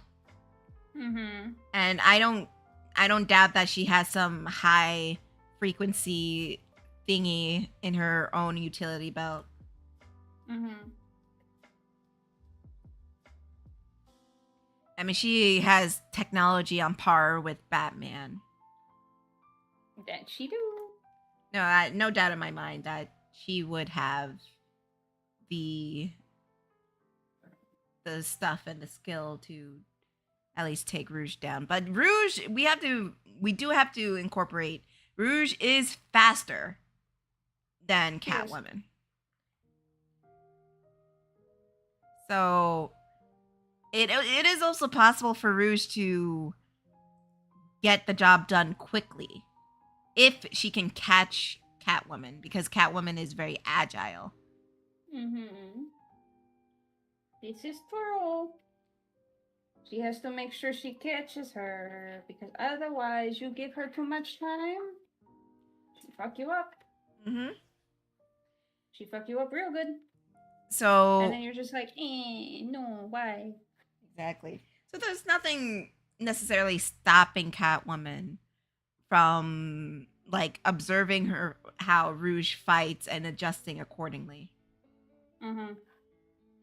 But then it also, to play devil's advocate, there's also nothing stopping Rouge from sneaking up, from flying away essentially and sneaking up behind Catwoman, and also Rouge is sensitive to sound, so even the faintest of sound she can at least detect where Catwoman is. Yeah. No, they're not evenly matched. I would say they have things to counter the other. Mm-hmm. So while Rouge is a heavy hitter, Catwoman can also maneuver that. Mm-hmm. I think what comes down to it is their arsenal. Yeah. And Rouge only has bombs, while Catwoman has whips, other little gadgets. I was so close to making Nene joke. Jessica, you're better than this. Listen, leave me alone. Ow. Jessica, please. Leave me alone. Jessica, you're better than this, Jessica. No, I'm not, actually. Jessica, you're better than this, babe. I am not better than this. I'm actually worse. Be better. You are better. No, I will not. I will not be lumped up with Jester in the do better category. Damn, you're right though. I need to put this water station somewhere else, like anywhere else. Or maybe I put the dumping station there in that lake. Make the whole lake dirty with doo-doo water. Right there. Not the doo-doo water. Yeah, with doo-doo water. I need to get out of the ocean. I want to build the beach. Let's go to the beach. Nicki Minaj. Say what you gotta say. Have a drink, and buy bitches like me. Come back. Have a try. Let's go get around. And on the flow. I love to dance with me, mama. And I can dance on the flow. I can see you luncheon, give me, mama. Here I am. Starships are meant to fly. Hands up and touch the sky. Anyways, yeah. I in my humble opinion, which means absolutely fuck all nothing, I would personally have to give it to Catwoman. Mm-hmm. Because their fighting skills can counter each other very easily. And they both are, very stealthy but have really good reflexes. But Catwoman has the upper hand because of her arsenal. Yeah. While Rouge only has bombs, I said this before. Rouge only has the bombs. Catwoman has the, what's it called? The whip, the claws, and the other gadgets in her belt, and her goggles. Mm-hmm. If anything, her goggles can probably detect Rouge even easier. Yeah. Yeah. If Rouge is hiding, that is. Because I think her goggles have, like, infrared. Mm. So she could probably spot Rouge quite quickly. You good? Yeah. I just had a little hiccup. Okay. So yeah. Let's see. Let me think. Who would be a good matchup? Let me think.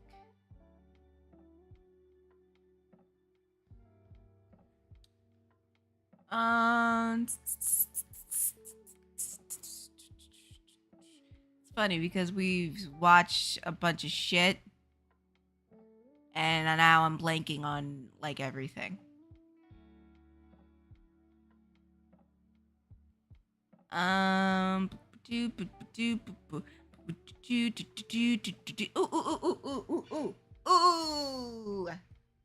I got one. Yeah. Probably gonna be fucking obvious, but I got one. Yeah. Tara from Teen Titans. Oh shit.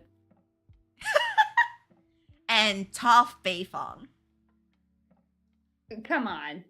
No, let's hear me out. I say come on. Let's, Because come on. this is gonna be one of those fucking. No, shut up. Let me finish my sentence. Yeah. I was gonna say this is like fucking putting an unstoppable force against an immovable object. Well, That's what it is. That's what this is. Because literally, Tara is way stronger than they fucking put her out to be in the media. She is so fucking strong. Like, unbelievably strong that they have to fucking nerf her for the storyline. And Toph, we all know Toph. And those of you that don't know Toph, Toph is the definition of fuck around and find out.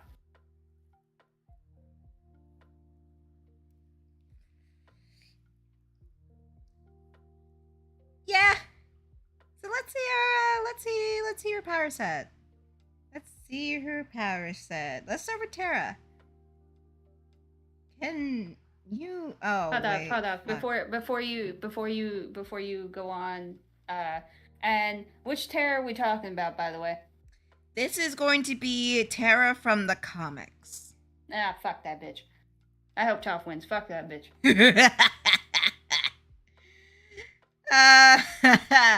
Unless you want me to talk about every Tara. You don't have to talk about every Tara. You can start with you can do the comic one if she's the strongest of them all. And I say that because I don't like her. I mean, no one does. That's the point. But regardless of that, give me a second. I got it. Okay, I gotta check on my food. Go check on your food. I will. I'll be right back. I will ask chat. Chat. We got Tara from mainline DC. We are not counting Teen Titans Tara. Cause she is essentially kind of weaker than mainline Tara. So I'm doing Comic Terra versus Toph Beifong.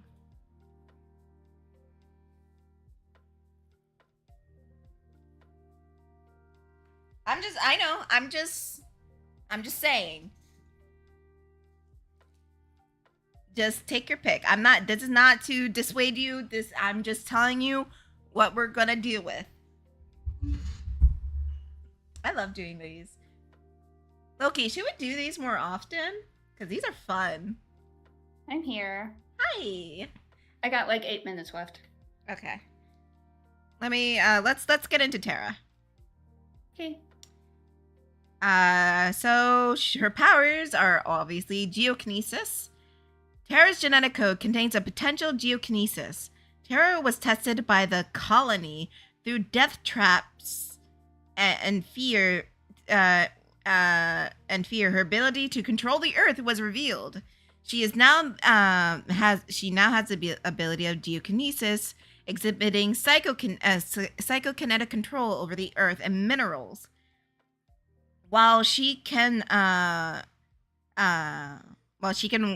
control massive earth rock, shaping it to her will, she can revel in incredible amount of fine control, making artistic shapes or transmuting raw materials into different crystalline forms.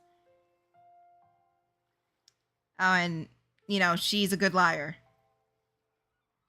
Mm-hmm. Hold on, let me check the fucking Wikipedia.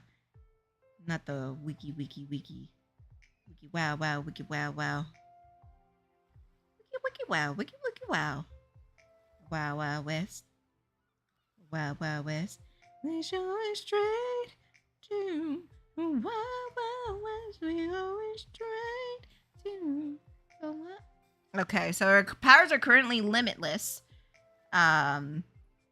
Such as growing large rock formations of rock with the slowness need to avoid geological hazard, using floating rocks as projectiles and levitate around. She was able to shift nearby tectonic plates with ease, causing volcanic eruptions.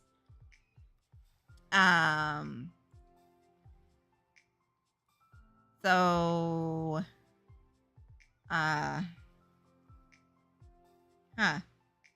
yeah, this is all I could find on Miss Terra here.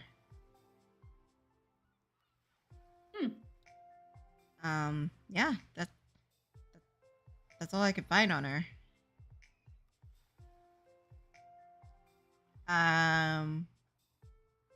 Let's see what the show has on her. Because we might as well pull from all sorts of medias of what she has.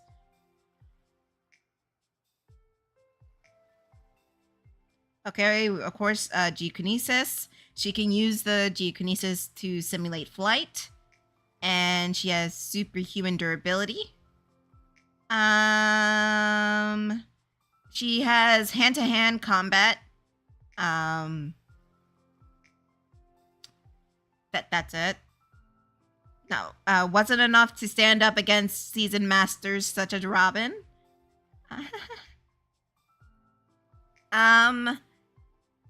Although she may have improved over time, Terra always had a difficulty controlling her powers, and she is allergic to anchovies. Okay. Anchovies. What? Anchovies!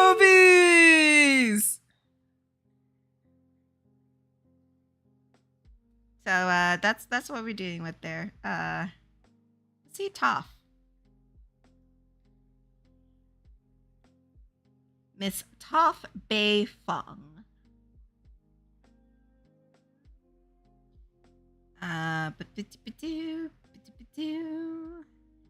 Also known as the Blind Bandit. I wish the wiki would let me just fucking... Okay, thank you for letting me skipping.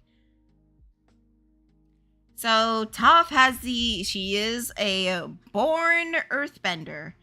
Toph's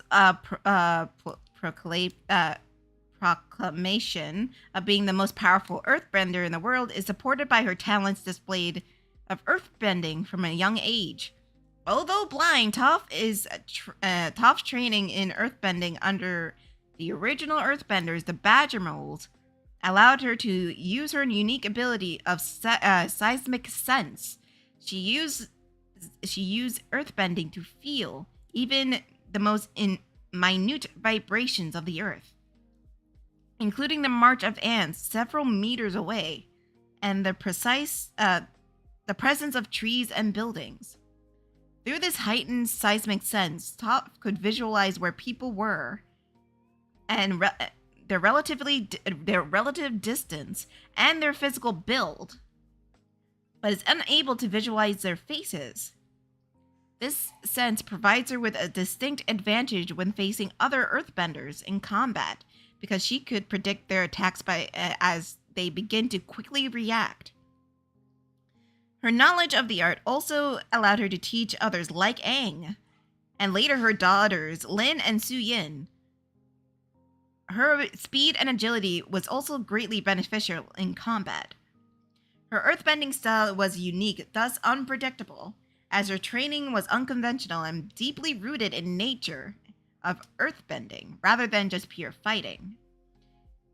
This style greatly differentiated from the rigid training and fighting style that earthbenders like the Dali implemented. Toph's style tended to be proven superior to the Dai Li, and she was able to take a number of them down and defended her friends at the same time. This is likely because the Dai Li manipulated the earth. Toph had established a tremendously deep connection to it at the very outset of her self-tutelage in earthbending. Although both styles have an overdependence on something, the Dai Li and their earth gloves, and Toph and her feet. However, because Toph was dependent on vibrations of the earth, she was vulnerable to air-based attacks, as shown as her fight with Aang in Earth Rumble 6.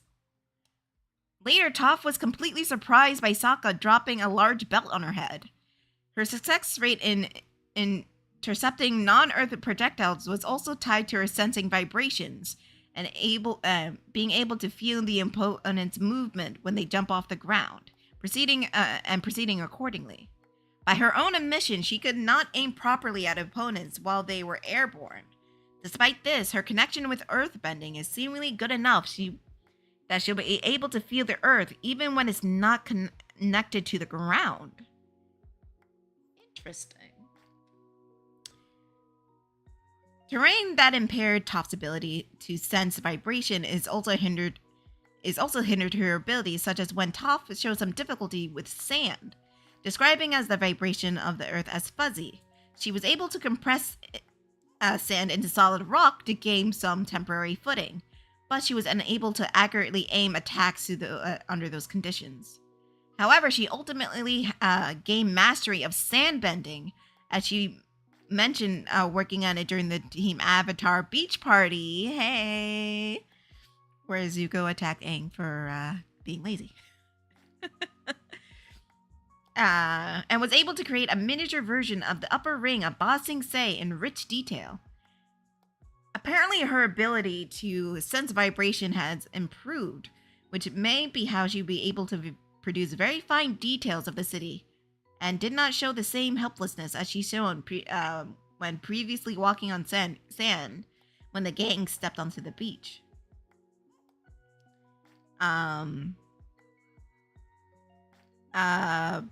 By 174 AG, I think. What is this? After Aang? After gang? What does that mean? Anyways, Toph was attained the state of enlightenment, similar to Hu. Being able to use connections of swamps she lived in with her seismic sense to survey the world and observe everyone. Being able to see areas as far as Zaofu and Republic City. Toph expressed aversion for flying and submarine travel, as she could not sense her surroundings without her feet on solid ground. Also, as a result of her close affinity with Earth, Toph could rest and sleep comfortably on solid rock, without any sleeping bag or blanket, and could walk on any kind of terrain with bare feet, but a standard trait for Earthbenders. Toph relied on direct contact with her feet and on the ground for sight as well as earthbending. Toph is very reluctant to allow anyone else to touch her feet, probably because insensitive handling there would make her deaf to other vibrations, thereby rendering her helpless. And because they were far more sensitive than other people's feet.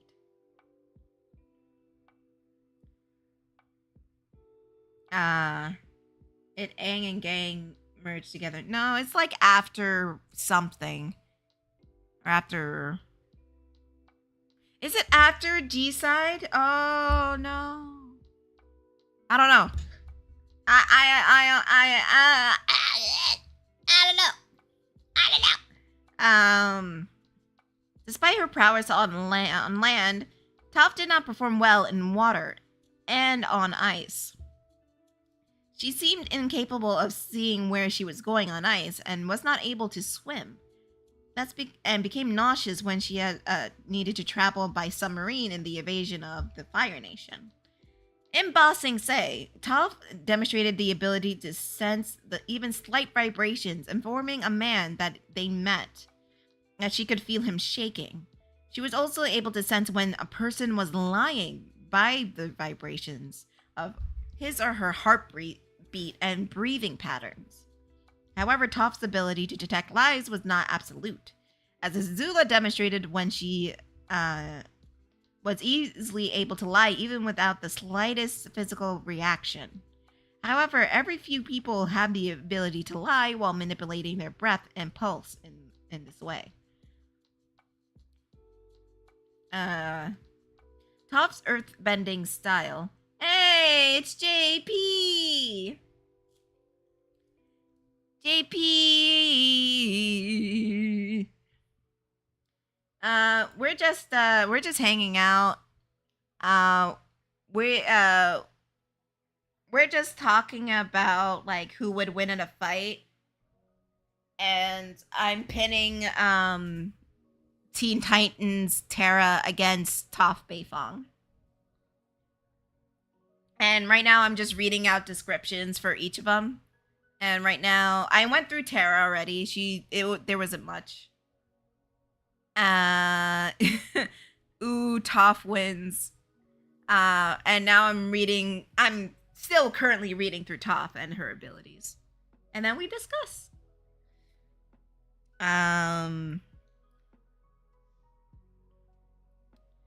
Toph's earthbending style is based on Chu Gar's southern praying mantis, which is a style that is apparently unique to her.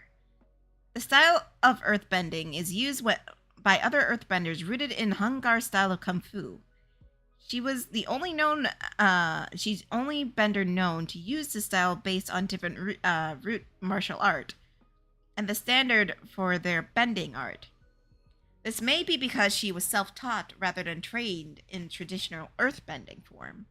Toph came to develop her unique style by what the fuck, Wiki? Bro, get the fuck out my face. Get out my face. Oh, by the by, JP, the last matchup we did was Catwoman versus Rouge. Because they're both, master thieves.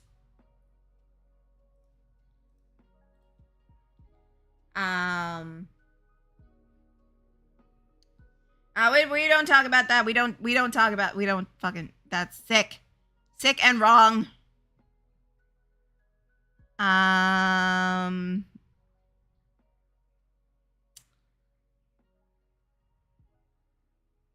Okay. This may be Toph became to develop her own style. Movements also observing the movements of the also blind badger moles that found in the caves around her hometown. By the time she was a senior, her fighting style evolved into incorporate more fluid and evasive maneuvers. Bending mud more akin to water bending.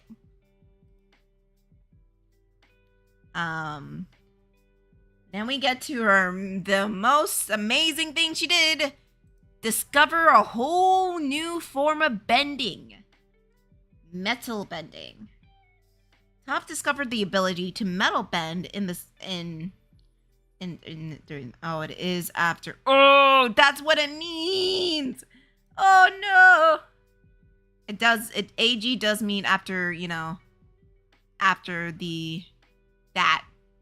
that's what it means. Metal is derived from ore, which is found in the earth group pathic.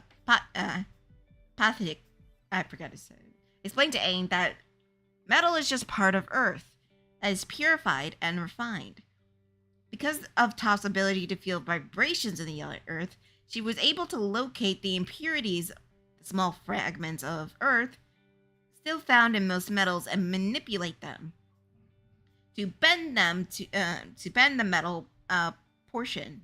By acquiring these metal bending abilities, Toph has shown herself to be the most powerful and ingenious earthbenders in the world, being only known as the earthbender to ever bend metal during the 100-Year War, a feat that even the Avatar was unable to perform since the origins of earthbending.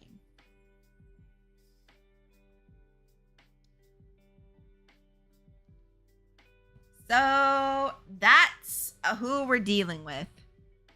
That is Terra and that is Toph.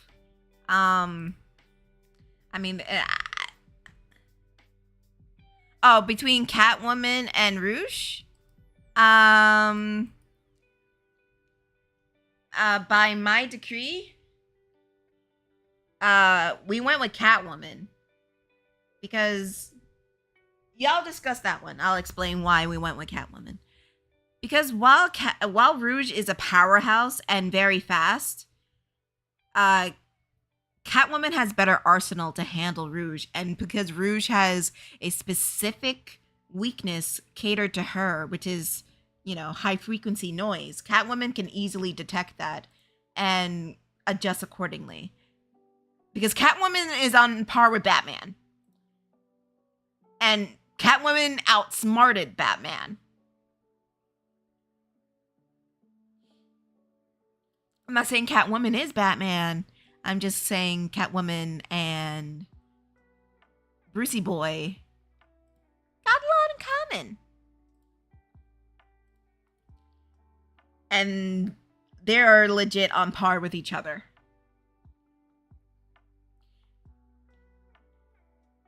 And not only that, she could easily steal tech from the Batcave and use it against Rouge.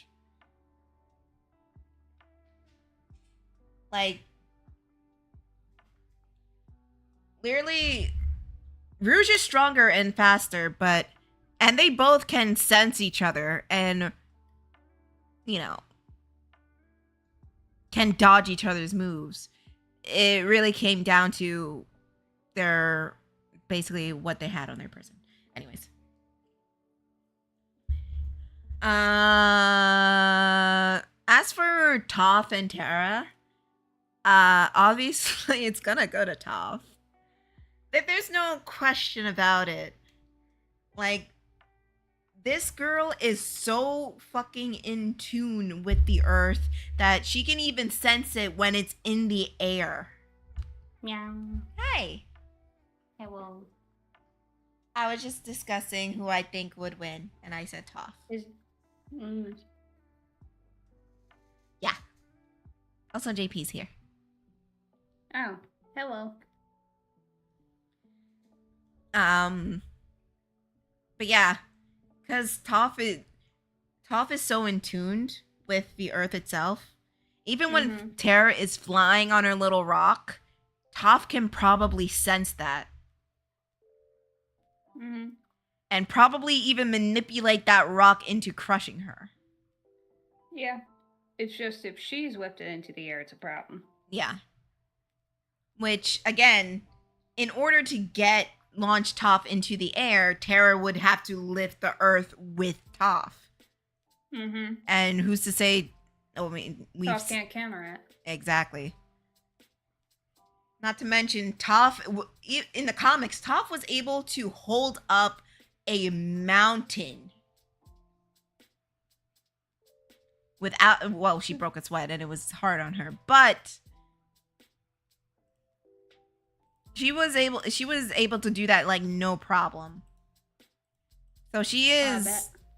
I would say she is also stronger than Terra in that regard. Mm-hmm.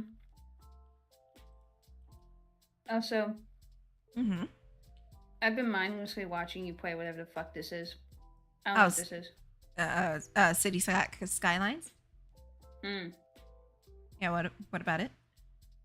I was legit watching you just play this, and I'm like, I don't know what this is, but I'm gonna just watch it anyway.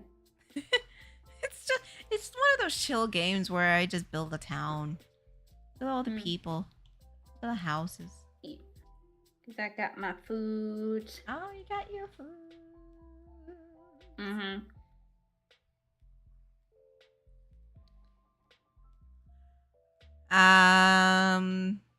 Who should we do next, Jessica? Uh-huh. Let me think.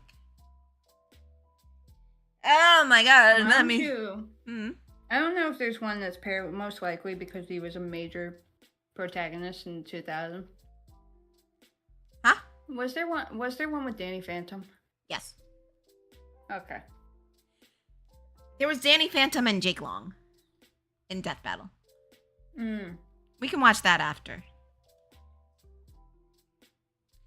But Danny Phantom. I'm trying to think of one that would match.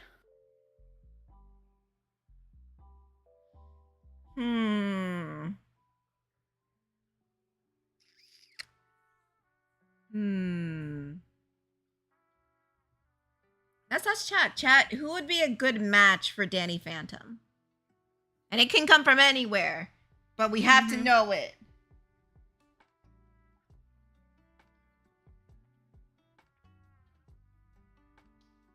I am trying to think.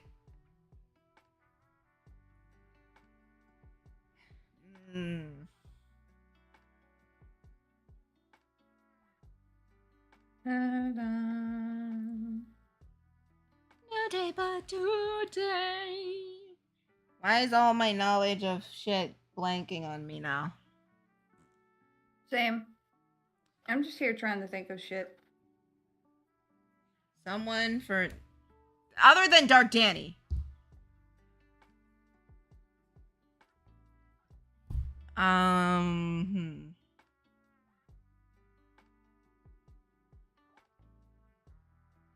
No, not Ben 10. Ben 10 would probably body Danny. Ghost or no, I'm sorry. It's because... You gotta put somebody of an equal power set. The fuck? At least an equal... Come on, Ben 10 is too versatile. Of course he's gonna beat Danny. That's like no question. That's just so unfair. Oh, man. I'm trying to think.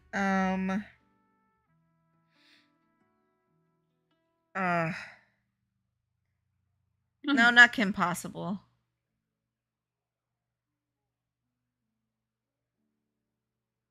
Kim Possible is still relatively a human. Yeah. Although we could try, like, there is like Kim Possible and Robin, like Tim Drake Robin, because. Oh yeah, that's true. Yeah. Dick Grayson Robin's too fucking powerful. Dick Grayson. If we're okay, depending on which Dick Grayson. If it's like Teen Titans Dick Grayson, he's a fucking menace. Oh, he's absolutely a fucking menace. He doesn't give a shit. He would fucking break Kim Possible's arm and not apologize for it later. Exactly. He'd be like, nah, I stand on that shit. You come at me, I'll fucking break your wings. I don't give a shit. I'll break your back. I don't care. I'll do the fucking double knee. I'll do the double knee death drive. Just could you imagine getting hit with the double knee death dive from Robin from Teen Titans? Absolutely not. Y'all would fucking cry before it even hits you. I'm trying to. There are Dick Graysons from. There's Dick Grayson from the Batman, the Batman animated series. He's a flamboyant little shit.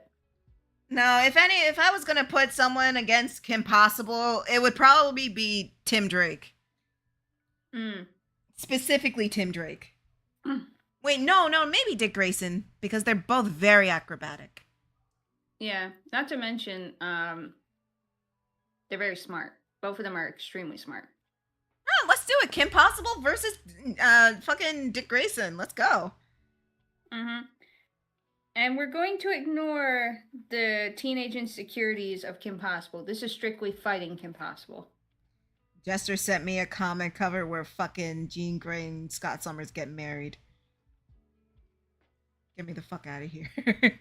Anyways. Listen, I'm not paying no mind to that.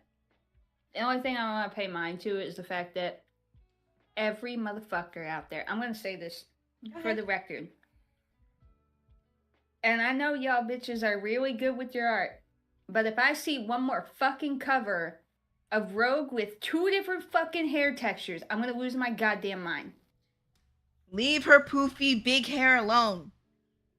I'm getting sick and tired of these artists giving her the most gorgeous fucking waves for her brown hair and then giving her pin straight fucking white locks. It pisses me off every time. Nobody has hair like that. Unless they have extensions. Nobody really has hair like that. That's fucking weird. I think, in some Asian countries, they have pin straight hair. No, I mean, they give her 2 different textures on one head. Oh, then, yeah, that's weird. That's what I meant. I know there are renditions of Rogue where they give her pin straight hair, which I hate, by the way, but that's just personal preference. I hate it. But I'm sick of the artists that give her pin straight white locks on top of her already brown curly locks. That don't make sense.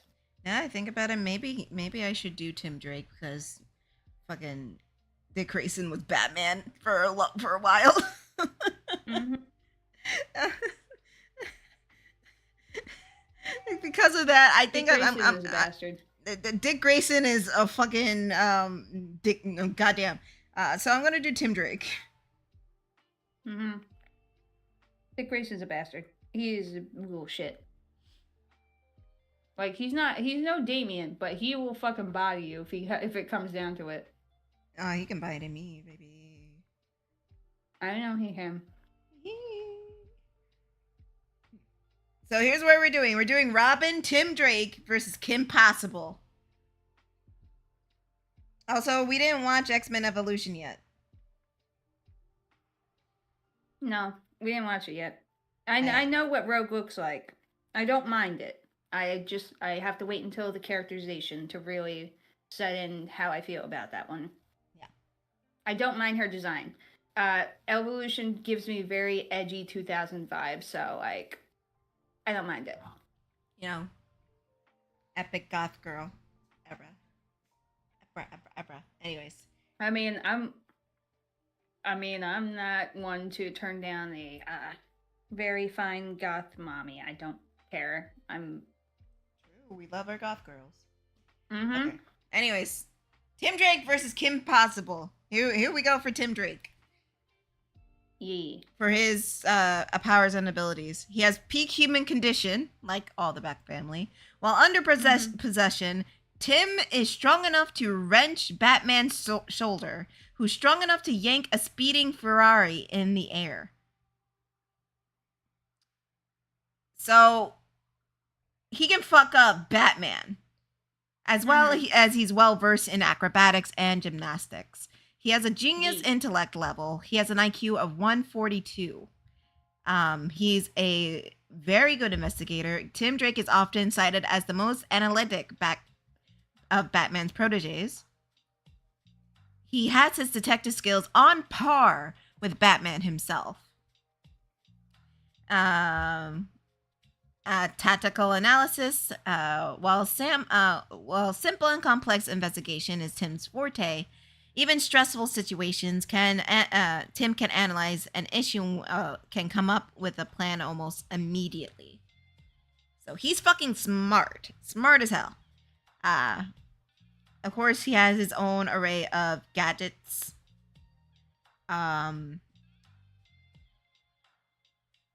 And he's a expert computer hacker, and of course, he knows hand-to-hand combat.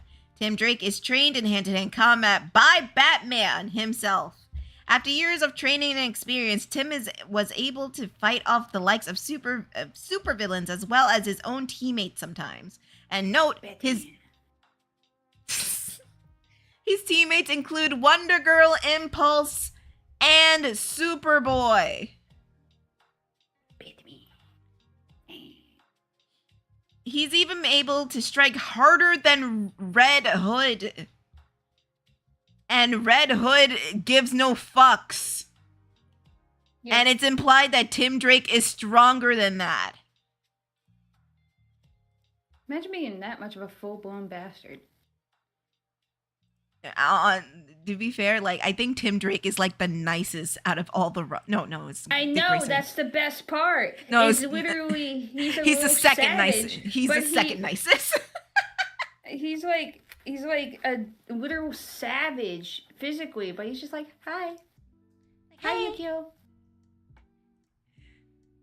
No, literally, it's fucking Tim Drake is sassy, but he's the second. I say second because Dick Grayson is there. And literally, it's canonically known that Dick Grayson is the nicest person in the DC universe. And his goodness, he's like the most pure-hearted person in the DC universe. That's Dick Grayson. It's funny when you compared him to fucking 2003's fucking Dick Grayson. It is funny. But yeah, Tim Drake can fucking outpunch fucking Red Hood. As part of his Robin training, Bruce taught Tim a technique called language of combat, wherein he can communicate with others while fighting. Even when blindfolded, Tim's capable of fighting and training possible Robin recruits. Tim's possible future self, Savior, realized that he would never be on the level as Bruce, Dick, or the other Robins. But despite that discovery, Batman still sees and defines Tim as a brilliant combatant. And of course, I know, like, people think Dick Grayson Robin has the bow staff. No, it's actually Tim Drake Robin. Tim Drake Robin has the bow staff. He's the one with doing the twirly bow shit. As well as he has a utility belt, a motorcycle, and a glider cape. It's Annette. Hey, it's Annette. Hi, Ned. Hi, Ned. What are you doing? What we're doing right now, I know it's 8 o'clock, but what we're doing right now is doing our own death battle and discussing shit because I got bored. So right now we're pinning Tim Drake Robin with Kim Possible. Damn. What? Damn. Now, why you gotta hit me with the real questions? Damn. This is the point. That's the point. That's the point. And I'm going through their powers and abilities as well as their tech to see how they would match up because some people don't know. I'll catch you up later, but you already know Tim Drake, so you're fine. Yeah. So let's look at Kim Possible. I'm reading this off their wikis, by the way. Oh, are you counting the Red Robin as well? His time as Red Robin or not? All of Tim Drake, all of it. whatever's on the wiki, and I'm reading it, whether it's from his early days as Robin to Red Hood to Drake to Robin again. All of it. Yeah, I'm imagining promoting yourself just to get demoted again. Well, kind of did that. He did. I don't know. I don't know the full story. Because he's the perfect. I know he's the perfect Robin. Okay, and we got double cheeked up on a Sunday afternoon over there. I know, but he doesn't want to be Robin anymore. He wants to be Nightwing. Which is fair, because, I mean, how you gonna fit them double-cheeked up body in that little tiny suit? We're not talking about that double-cheeked, perked-cheeked motherfucker right now. Anyways. Double-cheeked up on a fucking Sunday afternoon. We're not talking about that them cantaloupe head-ass motherfucker right now. Anyways, here's Kim Possible. We're not talking about that meloned up bitch. Here we have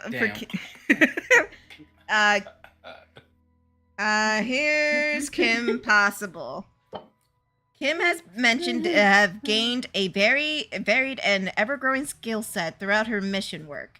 She is regularly called upon to serve as babysitter, detective, unpaid bounty hunter, espionage. Damn. Espionage agent, and to be fair though, she does get favors from these people all the time. True, you know what? Fair. You know, because damn, she gets rides. Yeah, yes. Yeah, she gets rides and she gets like that's exactly what she gets. It's rides. You know what?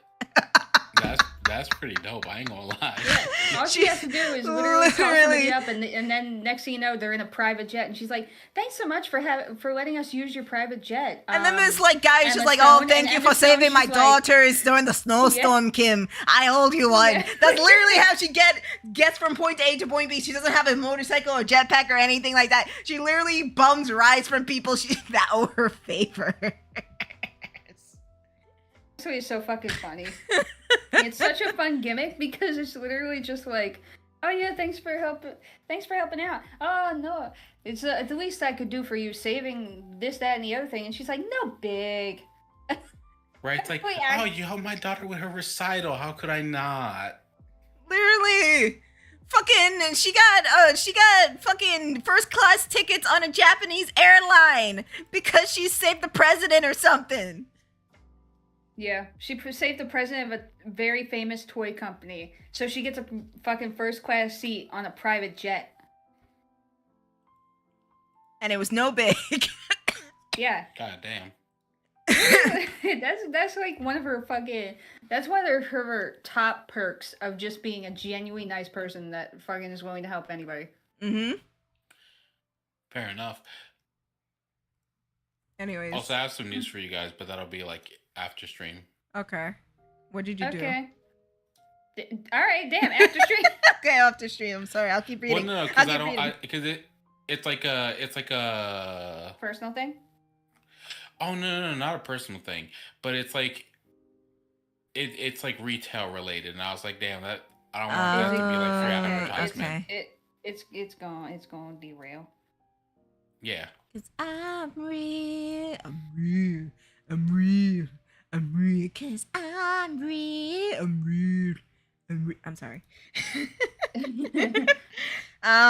Kim has experience in a wide variety of fields, including firefighting, animal conservation and protection, natural disaster prevention and rescue, crop dusting, and hot air ballooning. Kim is extremely athletic in terms of having peak human strength, agility, metabolism, and extensive reflexes, which had been honed and perfected through years of cheerleading practice and later on actual mission experience. However, Kim is already remarkably agile even before she becomes a cheerleader.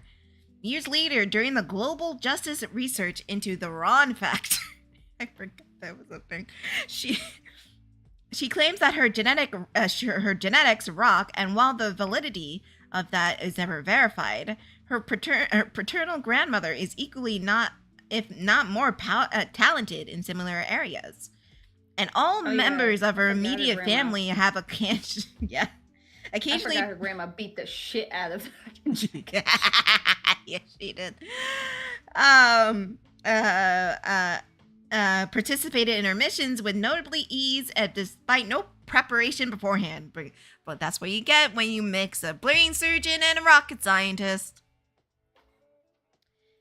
Regardless of the source, this incredible skill allows Kim to perform death-defying moves like somersaulting between laser beams and rockets with little apparent effort.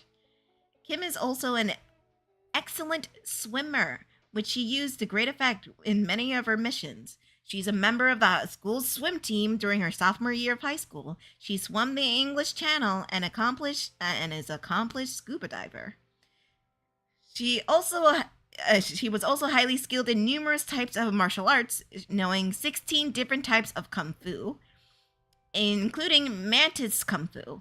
Her skills were aptly demonstrated by the fact that she was constantly able to go toe-to-toe against villains like Shigo, an older, more experienced villainess whose super enhanced abilities allowed her to tear through reinforced concrete with ease. Despite her frame, Kim is surprisingly strong and capable of hitting someone hard enough to knock them off their feet, or even unconscious with a single blow. In addition, Kim is quite exceptionally skilled and learned in many different forms of hand-to-hand combat. Kim is also a fast learner and able to pick up new skills quickly and adapt to new situations as they arose. Among the many talents that she has demonstrated includes a high-level proficiency of various extreme sports such as hang gliding, skiing, and rock climbing. She was able to figure out how to fly a shuttle enough to land it safely simply by observing Frederick the Flying Monkey once. While on a mission, she also discovered her ability to hit high notes in a song, which allowed her to shatter a layer of thick ice. Kim is naturally an intelligent student who maintains her high GPA despite her adventurous lifestyle, using the time she spent traveling to and from missions to study, and always make sure that she hands in her assignments early as possible in case she's called away for a mission. She's even able to make her cheerleading practice after school. As a result of this diligence, it is only on rare occasions that her grades suffer or that she has a problem at school. Despite her intelligence, however, Kim is the least scientifically minded member of the family. She does not understand many terms, phrases, or inventions that her father and brother build and use regularly. She immediately passes off her brother's inventions as handheld silicon phase disruptors as silly toys. She also frequently doubts her brother's high intelligence and believes their early advancement to high school is a result of a mistake in the record, and is truly shocked when she discovered from Miss Guide, Jim and Tim's skip program counselor, that it was legitimate. Before graduating, Kim applies for and receives acceptance to nearly every prestigious higher learning. Okay, the bitch is smart. Okay. I'm sorry. And, she has her equipment like her communicator. Her. Oh, fucking. Okay.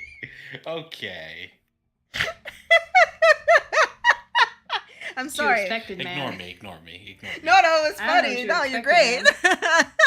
I don't know what you were expecting. I knew you were gonna have that reaction too. Her infamous hair dryer grappling hook. As well as lip gloss laser, knockout gas. What else did she fucking have? Compact mirror. She's totally not a part of Totally Spies. Thanks to Wade.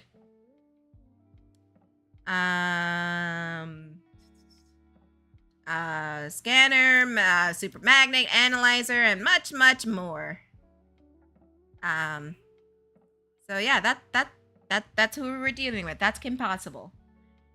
So who do you guys think would win, Tim Drake or Kim Possible? Go ahead, Net. Yeah, go ahead, Net. Go ahead, Net. Damn, what you trying to make me do? Go ahead, say your shit. Talk your shit. Yeah.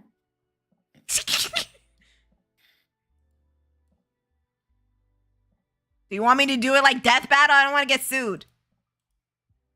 No, because I'm trying to think about it. Because like, look, I do know Tim Drake, and he does deal with some wild shit.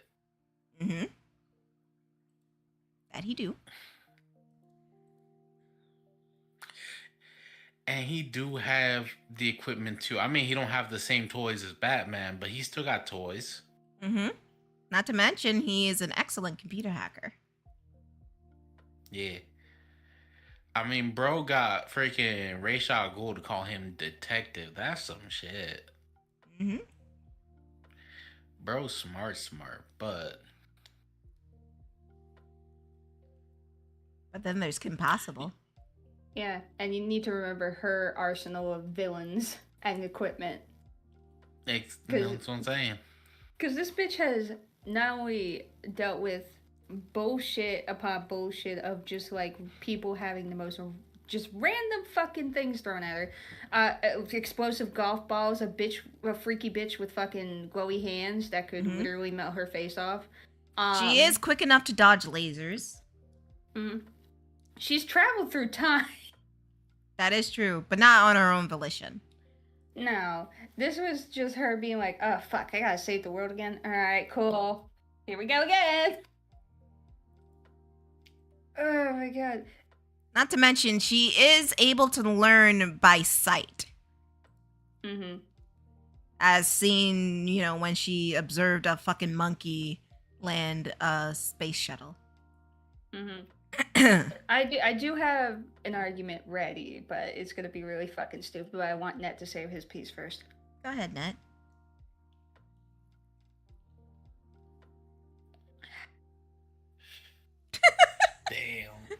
Damn.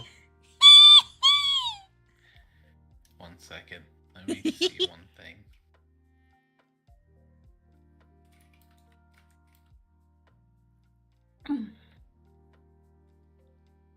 I will reiterate some quips from each. While Kim can knock out people in a single punch, so can Tim. Probably. I mean, he was able to check Batman on the shoulder. And this is Batman. I got that. I'm not saying. I ain't saying that he don't got some feats on him. I'm just reminding the audience. But when it comes to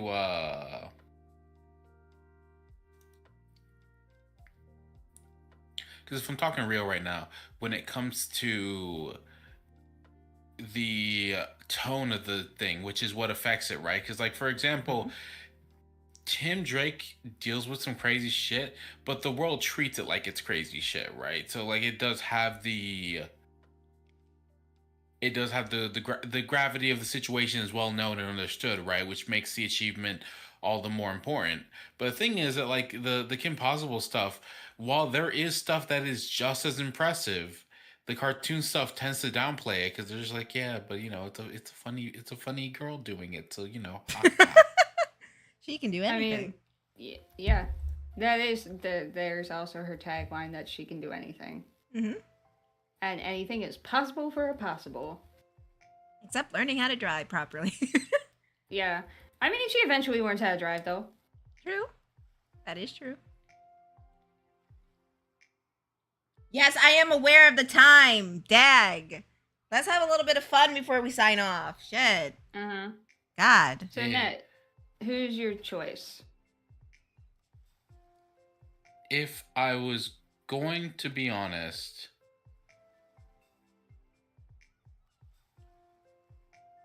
I would honestly say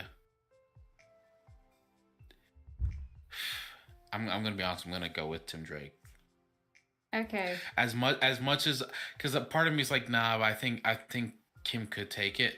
I'm also like, damn, bro, are we gonna discount the time they went up against the fucking House of Owls and the time where he outsmarted fucking Ra's al Ghul and the fucking League of Assassins, and we're gonna downplay Killer Croc.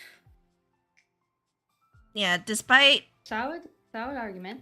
yeah, despite Kim being smart for her level, Tim Drake does have a high IQ. I have one argument. Undefeated, by the way. This is canon, by the way. Kim would lose fighting Tim on her own because she needs Ron. This is canon. He needs Ron in order to fucking win. Every single fucking time. So, it's my argument. It's like, the fact that she's got this such incredible feat, but there is a canonical fucking movie out there where if she did not have Ron's assistance at any point of her mission, she loses. Damn. And I know people are gonna say, but there was this episode there. Yeah, but did the episode not show her struggling without Ron there? Ooh, good Is he point. like the character who does wacky shit in the background and his wacky shit kind of like... He's the goober that does shit by accident and it indirectly helps her out. He's the goof. You know. He's the absolute goof. He's the sidekick. Oh, so he's like the Shaggy and Scooby where they go off, do something, and then at the end it turns out to be the thing that was needed. Yep. Yeah, except for a dog, it's a naked mole rat. Yeah. And not to mention, Ron just casually has like mystical monkey power in his belt. That is true. That is canon. Yeah. But yeah, it is a canonical fact that Kim will struggle immensely in completing a mission if Ron is not there. So that is my argument. Tim would win just because he doesn't need another person there in order to win. Kim, on the other hand, unfortunately, canonically does. Whether it is Ron, Wade, or Rufus, she needs some additional help. Yeah, not But to usually mention it's always Ron. not to mention Tim could probably easily hack into Kim's tech and render them useless. Just literally, I thought it was so funny hearing Ned trying to fucking logically think his way through it, and I'm just here like, nah, I got full proof. I got full proof argument as to why Kim wouldn't win.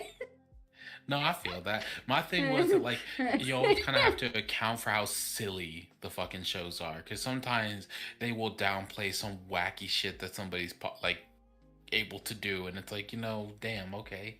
I know, Yeah. that's why I was just like, yeah, you want to talk wacky logic? Ron's there. This is the reason she wins. But Oh, so fucking unfortunately, it's not Kim and Ron versus Tim Drake. It is No. Kim versus Kim Possible versus Tim Drake. It's Kim versus Tim, and unfortunately Tim comes out on Kim and Tim. I knew there was a reason I had to switch from Dick Grayson. Because the reason I switched from Dick Grayson is because he was literally Batman, and that. Not to mention the double knee fucking death dive. Yeah, as much as a nice guy he is, he's a fucking savage. He's a psychopath. He is literally. If we're counting his Teen Titan feats, he's a fucking little gremlin. He like, you motivate him enough. Like, if he's out for blood, which he was in the fucking movie, he will fuck you up. He will stop at nothing. He doesn't, even if he gets arrested, he don't care. Yeah, that's why I switched to Tim Drake. Motherfucker does not give a shit. Motherfucker is so psycho, he has his own arch nemesis beating his ass in his head. At least in that version. Yeah, in that version. Which is, I think, is like the biggest fucking like self-sabotage you could do. You are so fucked up in your head, you're beating your own ass because that's the only one who can beat your ass besides your nemesis. Yeah, you're so obsessed. Yeah. But we will continue our little discussion off stream. Yeah. Because it is way past 8 o'clock. I just wanted to finish this because, you know, this was interesting. I like it. We should do this more often. Net. Yeah. Yeah. Net. When I get fired, when I get fired, I'll be able to hang out more. Yeah. Buddy. Don't say it like that.